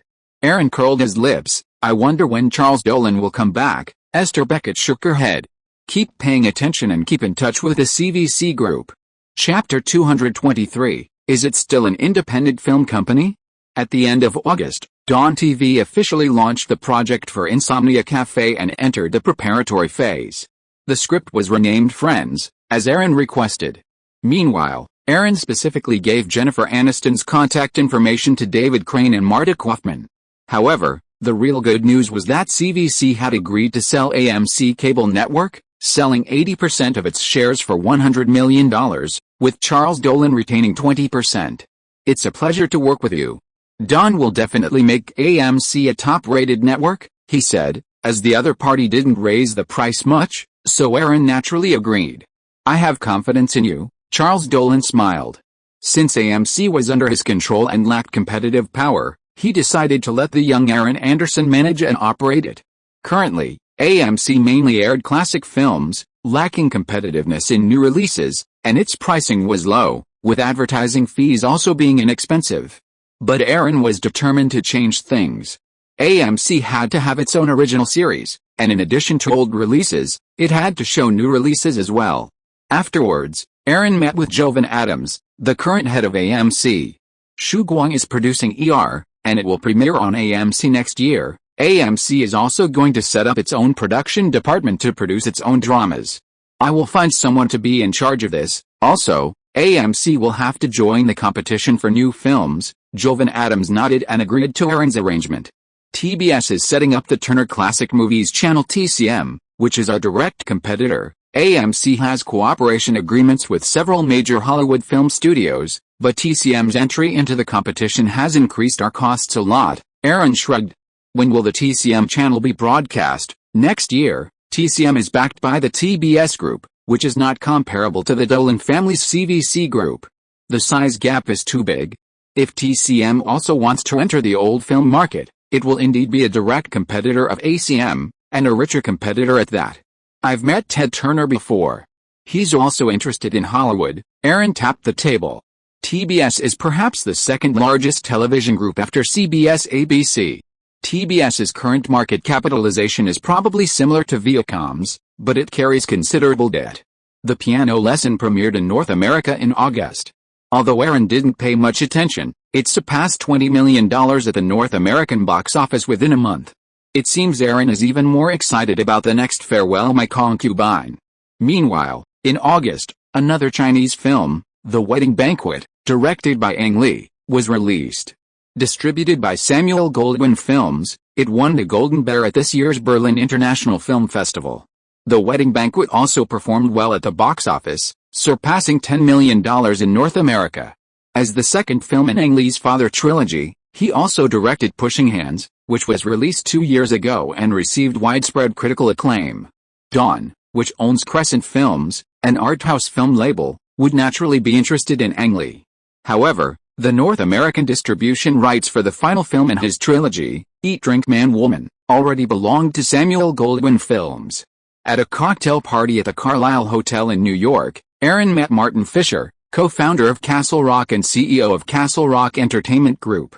Turner Broadcasting is also looking to acquire Castle Rock Entertainment. Aaron was puzzled. I heard Ted Turner has his eye on New Line Cinema. New Line has its own distribution system and theater chains, while Castle Rock is just a production company. Martin Fisher shrugged. New Line Cinema acquired our Castle Rock partner, Nielsen Entertainment, and has become our new partner. Turner Broadcasting is not only looking to acquire New Line, but has also made an offer for Castle Rock. This year, following Miramax's acquisition by Disney, an independent film company has become part of a major entertainment conglomerate. Aaron smiled. It seems that the future of Hollywood independent film companies is always bound to be recruited by the big studios. Martin Fisher looked at Aaron. Unless they can be like you, Dawn's current development is like a booming business. Even the 6 major film studios feel threatened by you. Moreover, you just acquired a cable TV station. Congratulations, strong, popular, and precise. Dawn Films has achieved the ultimate in independent film companies. However, with the number of commercial films Dawn has developed, can it still be considered an independent film company? Now is a good time. The economic recovery has also boosted Hollywood, Aaron said, looking at Stallone not far away. Clarks, starring Sylvester Stallone, seems to be doing quite well, right? Martin Fisher followed Aaron's gaze and said, yeah, $84 million in North America, plus $170 million overseas, for a total of $250 million worldwide. Carlock Films seems to have released another good film. Carlock, like Castle Rock, is a film production company and has signed distribution agreements with Sony Columbia. Aaron smiled and said, this should be Stallone's most popular and highest-grossing film in recent years. Aaron, in terms of performance, it can't be compared to Dawn Pictures, right? Martin Fisher was helpless. Let alone the several art films that Dawn released in the first half of last year. Who wouldn't envy Dawn's performance this summer? Although 4 Weddings and a Funeral only grossed $50 million in North America, it earned $200 million overseas and $250 million worldwide, the same as Clarks in the Sky. However, Clarks in the Sky was a $70 million action blockbuster, while 4 Weddings and a Funeral was a low-budget comedy with a budget of less than $10 million. The Mask of Zorro grossed $140 million in North America, $150 million overseas, and $290 million worldwide. Speed, which is still in theaters, has already grossed $110 million in North America and has now surpassed $180 million overseas. Even the art house film The Piano is performing well overseas, having now surpassed $30 million in North America and $70 million overseas. Aaron raised his glass and clinked it with the other man. Haha, let's drink, Martin. By the way, how is The Shawshank Redemption, which was filmed at Castle Rock, doing? Aaron himself loved the film. It was more moving than Forrest Gump, The Shawshank Redemption. Since the director is a newcomer, the filming process is a bit slow. It should be wrapped in October. If you are listening to this novel on a channel other than Fanfic World, it means it was downloaded and re-uploaded without effort. We warmly invite you to visit our channel, Fanfic World. There you will find the original version of this story and many other novels of various genres. We look forward to seeing you dive into a world of incredible novels. Chapter 224, Sexual Assault can also be awarded. Los Angeles, Sunset Boulevard, ArcLight Theater. A press screening for the Philadelphia Story, directed by Jonathan Demme and starring Tom Hanks and Denzel Washington, was held. Aaron had brought Monica Bellucci along for the presentation. Your Victoria's Secret lingerie campaign was so sexy, Aaron said in the theater's dressing room, embracing the voluptuous Monica Bellucci and kissing her. He reached under her neckline, feeling her 30-60 breasts. Monica Bellucci smiled, her back pressed against his chest. I heard you're planning a Victoria's Secret lingerie fashion show. Is that true? Yes, in New York, tentatively scheduled for November. Aaron wasn't really paying much attention. After all, Victoria's Secret had rehired management to run the business after its spin-off from Limited Brands. By the way, Twilight Pictures, under Dawn, has received some horror film scripts and is planning to develop them. You can play the lead role then. After Philadelphia comes out, I think some people will recognize you. Aaron wasn't particularly impressed by Monica Bellucci's recent cameo in Interview with a Vampire. While her role was larger than her previous one in 400 Years of Dracula, it was only a minor supporting role. Besides, since her body wasn't exposed, it probably wouldn't attract much attention. Okay, Monica Bellucci replied, her breathing a bit hurried. Aaron, is the movie about to start? Yeah, it's almost time. We should go out to the lobby. Jonathan Demme's Philadelphia touched on many themes, but the most important of these were homosexuality and AIDS. These two issues are extremely sensitive and controversial in American society today, as many people harbor prejudice and fear against homosexuals and people with AIDS, believing them to be abnormal, immoral, unclean, and unsafe, deserving of exclusion and discrimination. The Philadelphia Story exposes widespread discrimination against homosexuals and people with HIV/AIDS by depicting the unfair treatment faced by the protagonist Andrew at work, at home, and in the courtroom. Furthermore, by showcasing the courage, dignity, perseverance, and optimism Andrew demonstrates in the face of illness, prejudice, and death, the film celebrates the value and rights of homosexuals and people living with HIV/AIDS as individuals. Of course, Jonathan Demme's Philadelphia Story not only explores homosexuality and HIV/AIDS, but also touches on other themes such as law and justice, humanity and compassion, and love and family. At the press conference, reporters generally gave the Philadelphia Story high marks, and the film moved the general public. As a Hollywood film that directly addresses AIDS, the Philadelphia Story addresses a social issue. Lead actor Tom Hanks' performance is exceptional, his superb acting and realistic portrayal moving the audience. Jonathan, I've read the script for Red Dragon. After this revision, it's already very good. I think it's ready for production. Backstage at the theater, Aaron specifically found director Jonathan Demme and talked about the film project Red Dragon, The Silence of the Lambs. Jonathan Demme was not very satisfied with the script before, so he had been revising it. Jonathan Demme smiled and said, I've read it too. I'll prepare it as soon as possible. There's no problem with Anthony Hopkins, but we're still lacking a good actor. Aaron nodded and said, the budget for Red Dragon, The Silence of the Lambs will not be less than $45 million. Many actors can be approached. Okay, I'll select the actors, and we should be able to start filming by the end of the year, Jonathan Demme responded. It's now September, and 3 months of preparation is more than enough. After all, the project has been in preparation for so long. That evening, Aaron and Monica Bellucci were driving along Sunset Boulevard on their way back to Beverly Hills when they spotted the reopened Viper House bar. Ever since Johnny Depp became a partner in the Viper House Club, it had become a popular gathering place for many Hollywood stars. Aaron, what's wrong with this bar? Monica Bellucci asked, perplexed, from the passenger seat.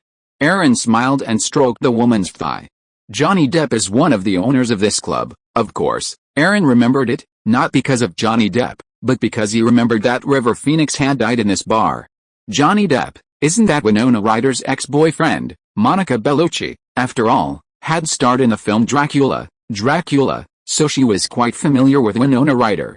Yes, that's him. Monica Bellucci was not familiar with it, and then she remembered another thing. Aaron, did you pay attention to the Venice International Film Festival held at the end of last month? Aaron nodded. Yes, the winners of the Golden Lion Award are the American film Crossroads and the French film Blue of the Three Kingdoms. Crossroads was directed by Robert Altman, starring Tim Robbins and Jennifer Jason Leigh. As for Blue of the Three Kingdoms, it was directed by Polish-French director Krzysztof Kieślowski. It is the first part of the Blue, White and Red trilogy, and the heroine is Juliette Binoche. Monica Bellucci smiled. This year's Venice Film Festival was quite lively. 4 people received the Golden Lion for Lifetime Achievement. They are Hollywood director Steven Spielberg, Hollywood actor Robert De Niro, Polish-French director Roman Polanski, and veteran Italian actress Claudia Cardinelli. Aaron was stunned and curled his lips. Even Roman Polanski can win the Golden Lion for Lifetime Achievement. He's a sex offender? And he's a wanted man in the U.S. Aaron shook his head. 2 Jews, plus 2 Italians, Robert De Niro being Italian-American himself. Director Roman Polanski is quite famous in Europe, and his films are of high artistic quality, Monica Bellucci explained with a smile. She hadn't expected Aaron Anderson to focus on this. Then, a thought struck her, and she continued, by the way, Krzysztof Kieślowski's Blue, White, and Red trilogy seems to be distributed in North America by Miramax. Chapter 225, MGM's Return. In Beverly Hills, at Bel Air's villa, Aaron lay in bed, lighting a cigarette. In his arms, the voluptuous Monica Bellucci embraced him with a contented expression. I got a script in Italy, a crime comedy. I guess I'll be back in Italy for a while. Aaron exhaled a puff of cigarette. Well, these are just small matters. Dawn is just a horror film, with a low budget, a genre film. Now, we want you to appear in Hollywood productions, to expand your acting experience and enhance your skills. Aaron stubbed out his cigarette and rubbed the woman's body. After all, Monica Bellucci wasn't a professional actress, didn't study acting, and debuted late, having crossed over from modeling. Her entry into the film and television industry was primarily due to her stunning looks and alluring figure, entirely relying on her appearance. I know. I'm not in a rush right now, and my English is fluent enough. You'll definitely give me more opportunities. Rubbing her mature and voluptuous body against the man's, Monica Bellucci kissed Aaron playfully. Have you rested up? It's still early. Aaron smiled, then rolled over, and as the girl exclaimed, he pressed his entire body against her. Then let's continue. As the bidding war between Viacom and QVC for Paramount Communications intensified, Hollywood newspapers kept abreast of the progress. Essentially, it was a battle between media tycoon Summer Redstone and Hollywood magnate Barry Diller, with Martin Davis sitting on the cusp of the deal, awaiting bids from both sides. Meanwhile, MCA Universal's summer blockbuster, Jurassic Park, had surpassed $320 million at the North American box office and $900 million worldwide. Even more enviable, Universal Studios Hollywood's Jurassic Park theme park was also under construction and slated to open next year. Popular attractions at Universal Studios Hollywood right now include A-Adventure and the Blazing Fire Showcase. Imagine how popular the Jurassic Park exhibit will be when it opens next year.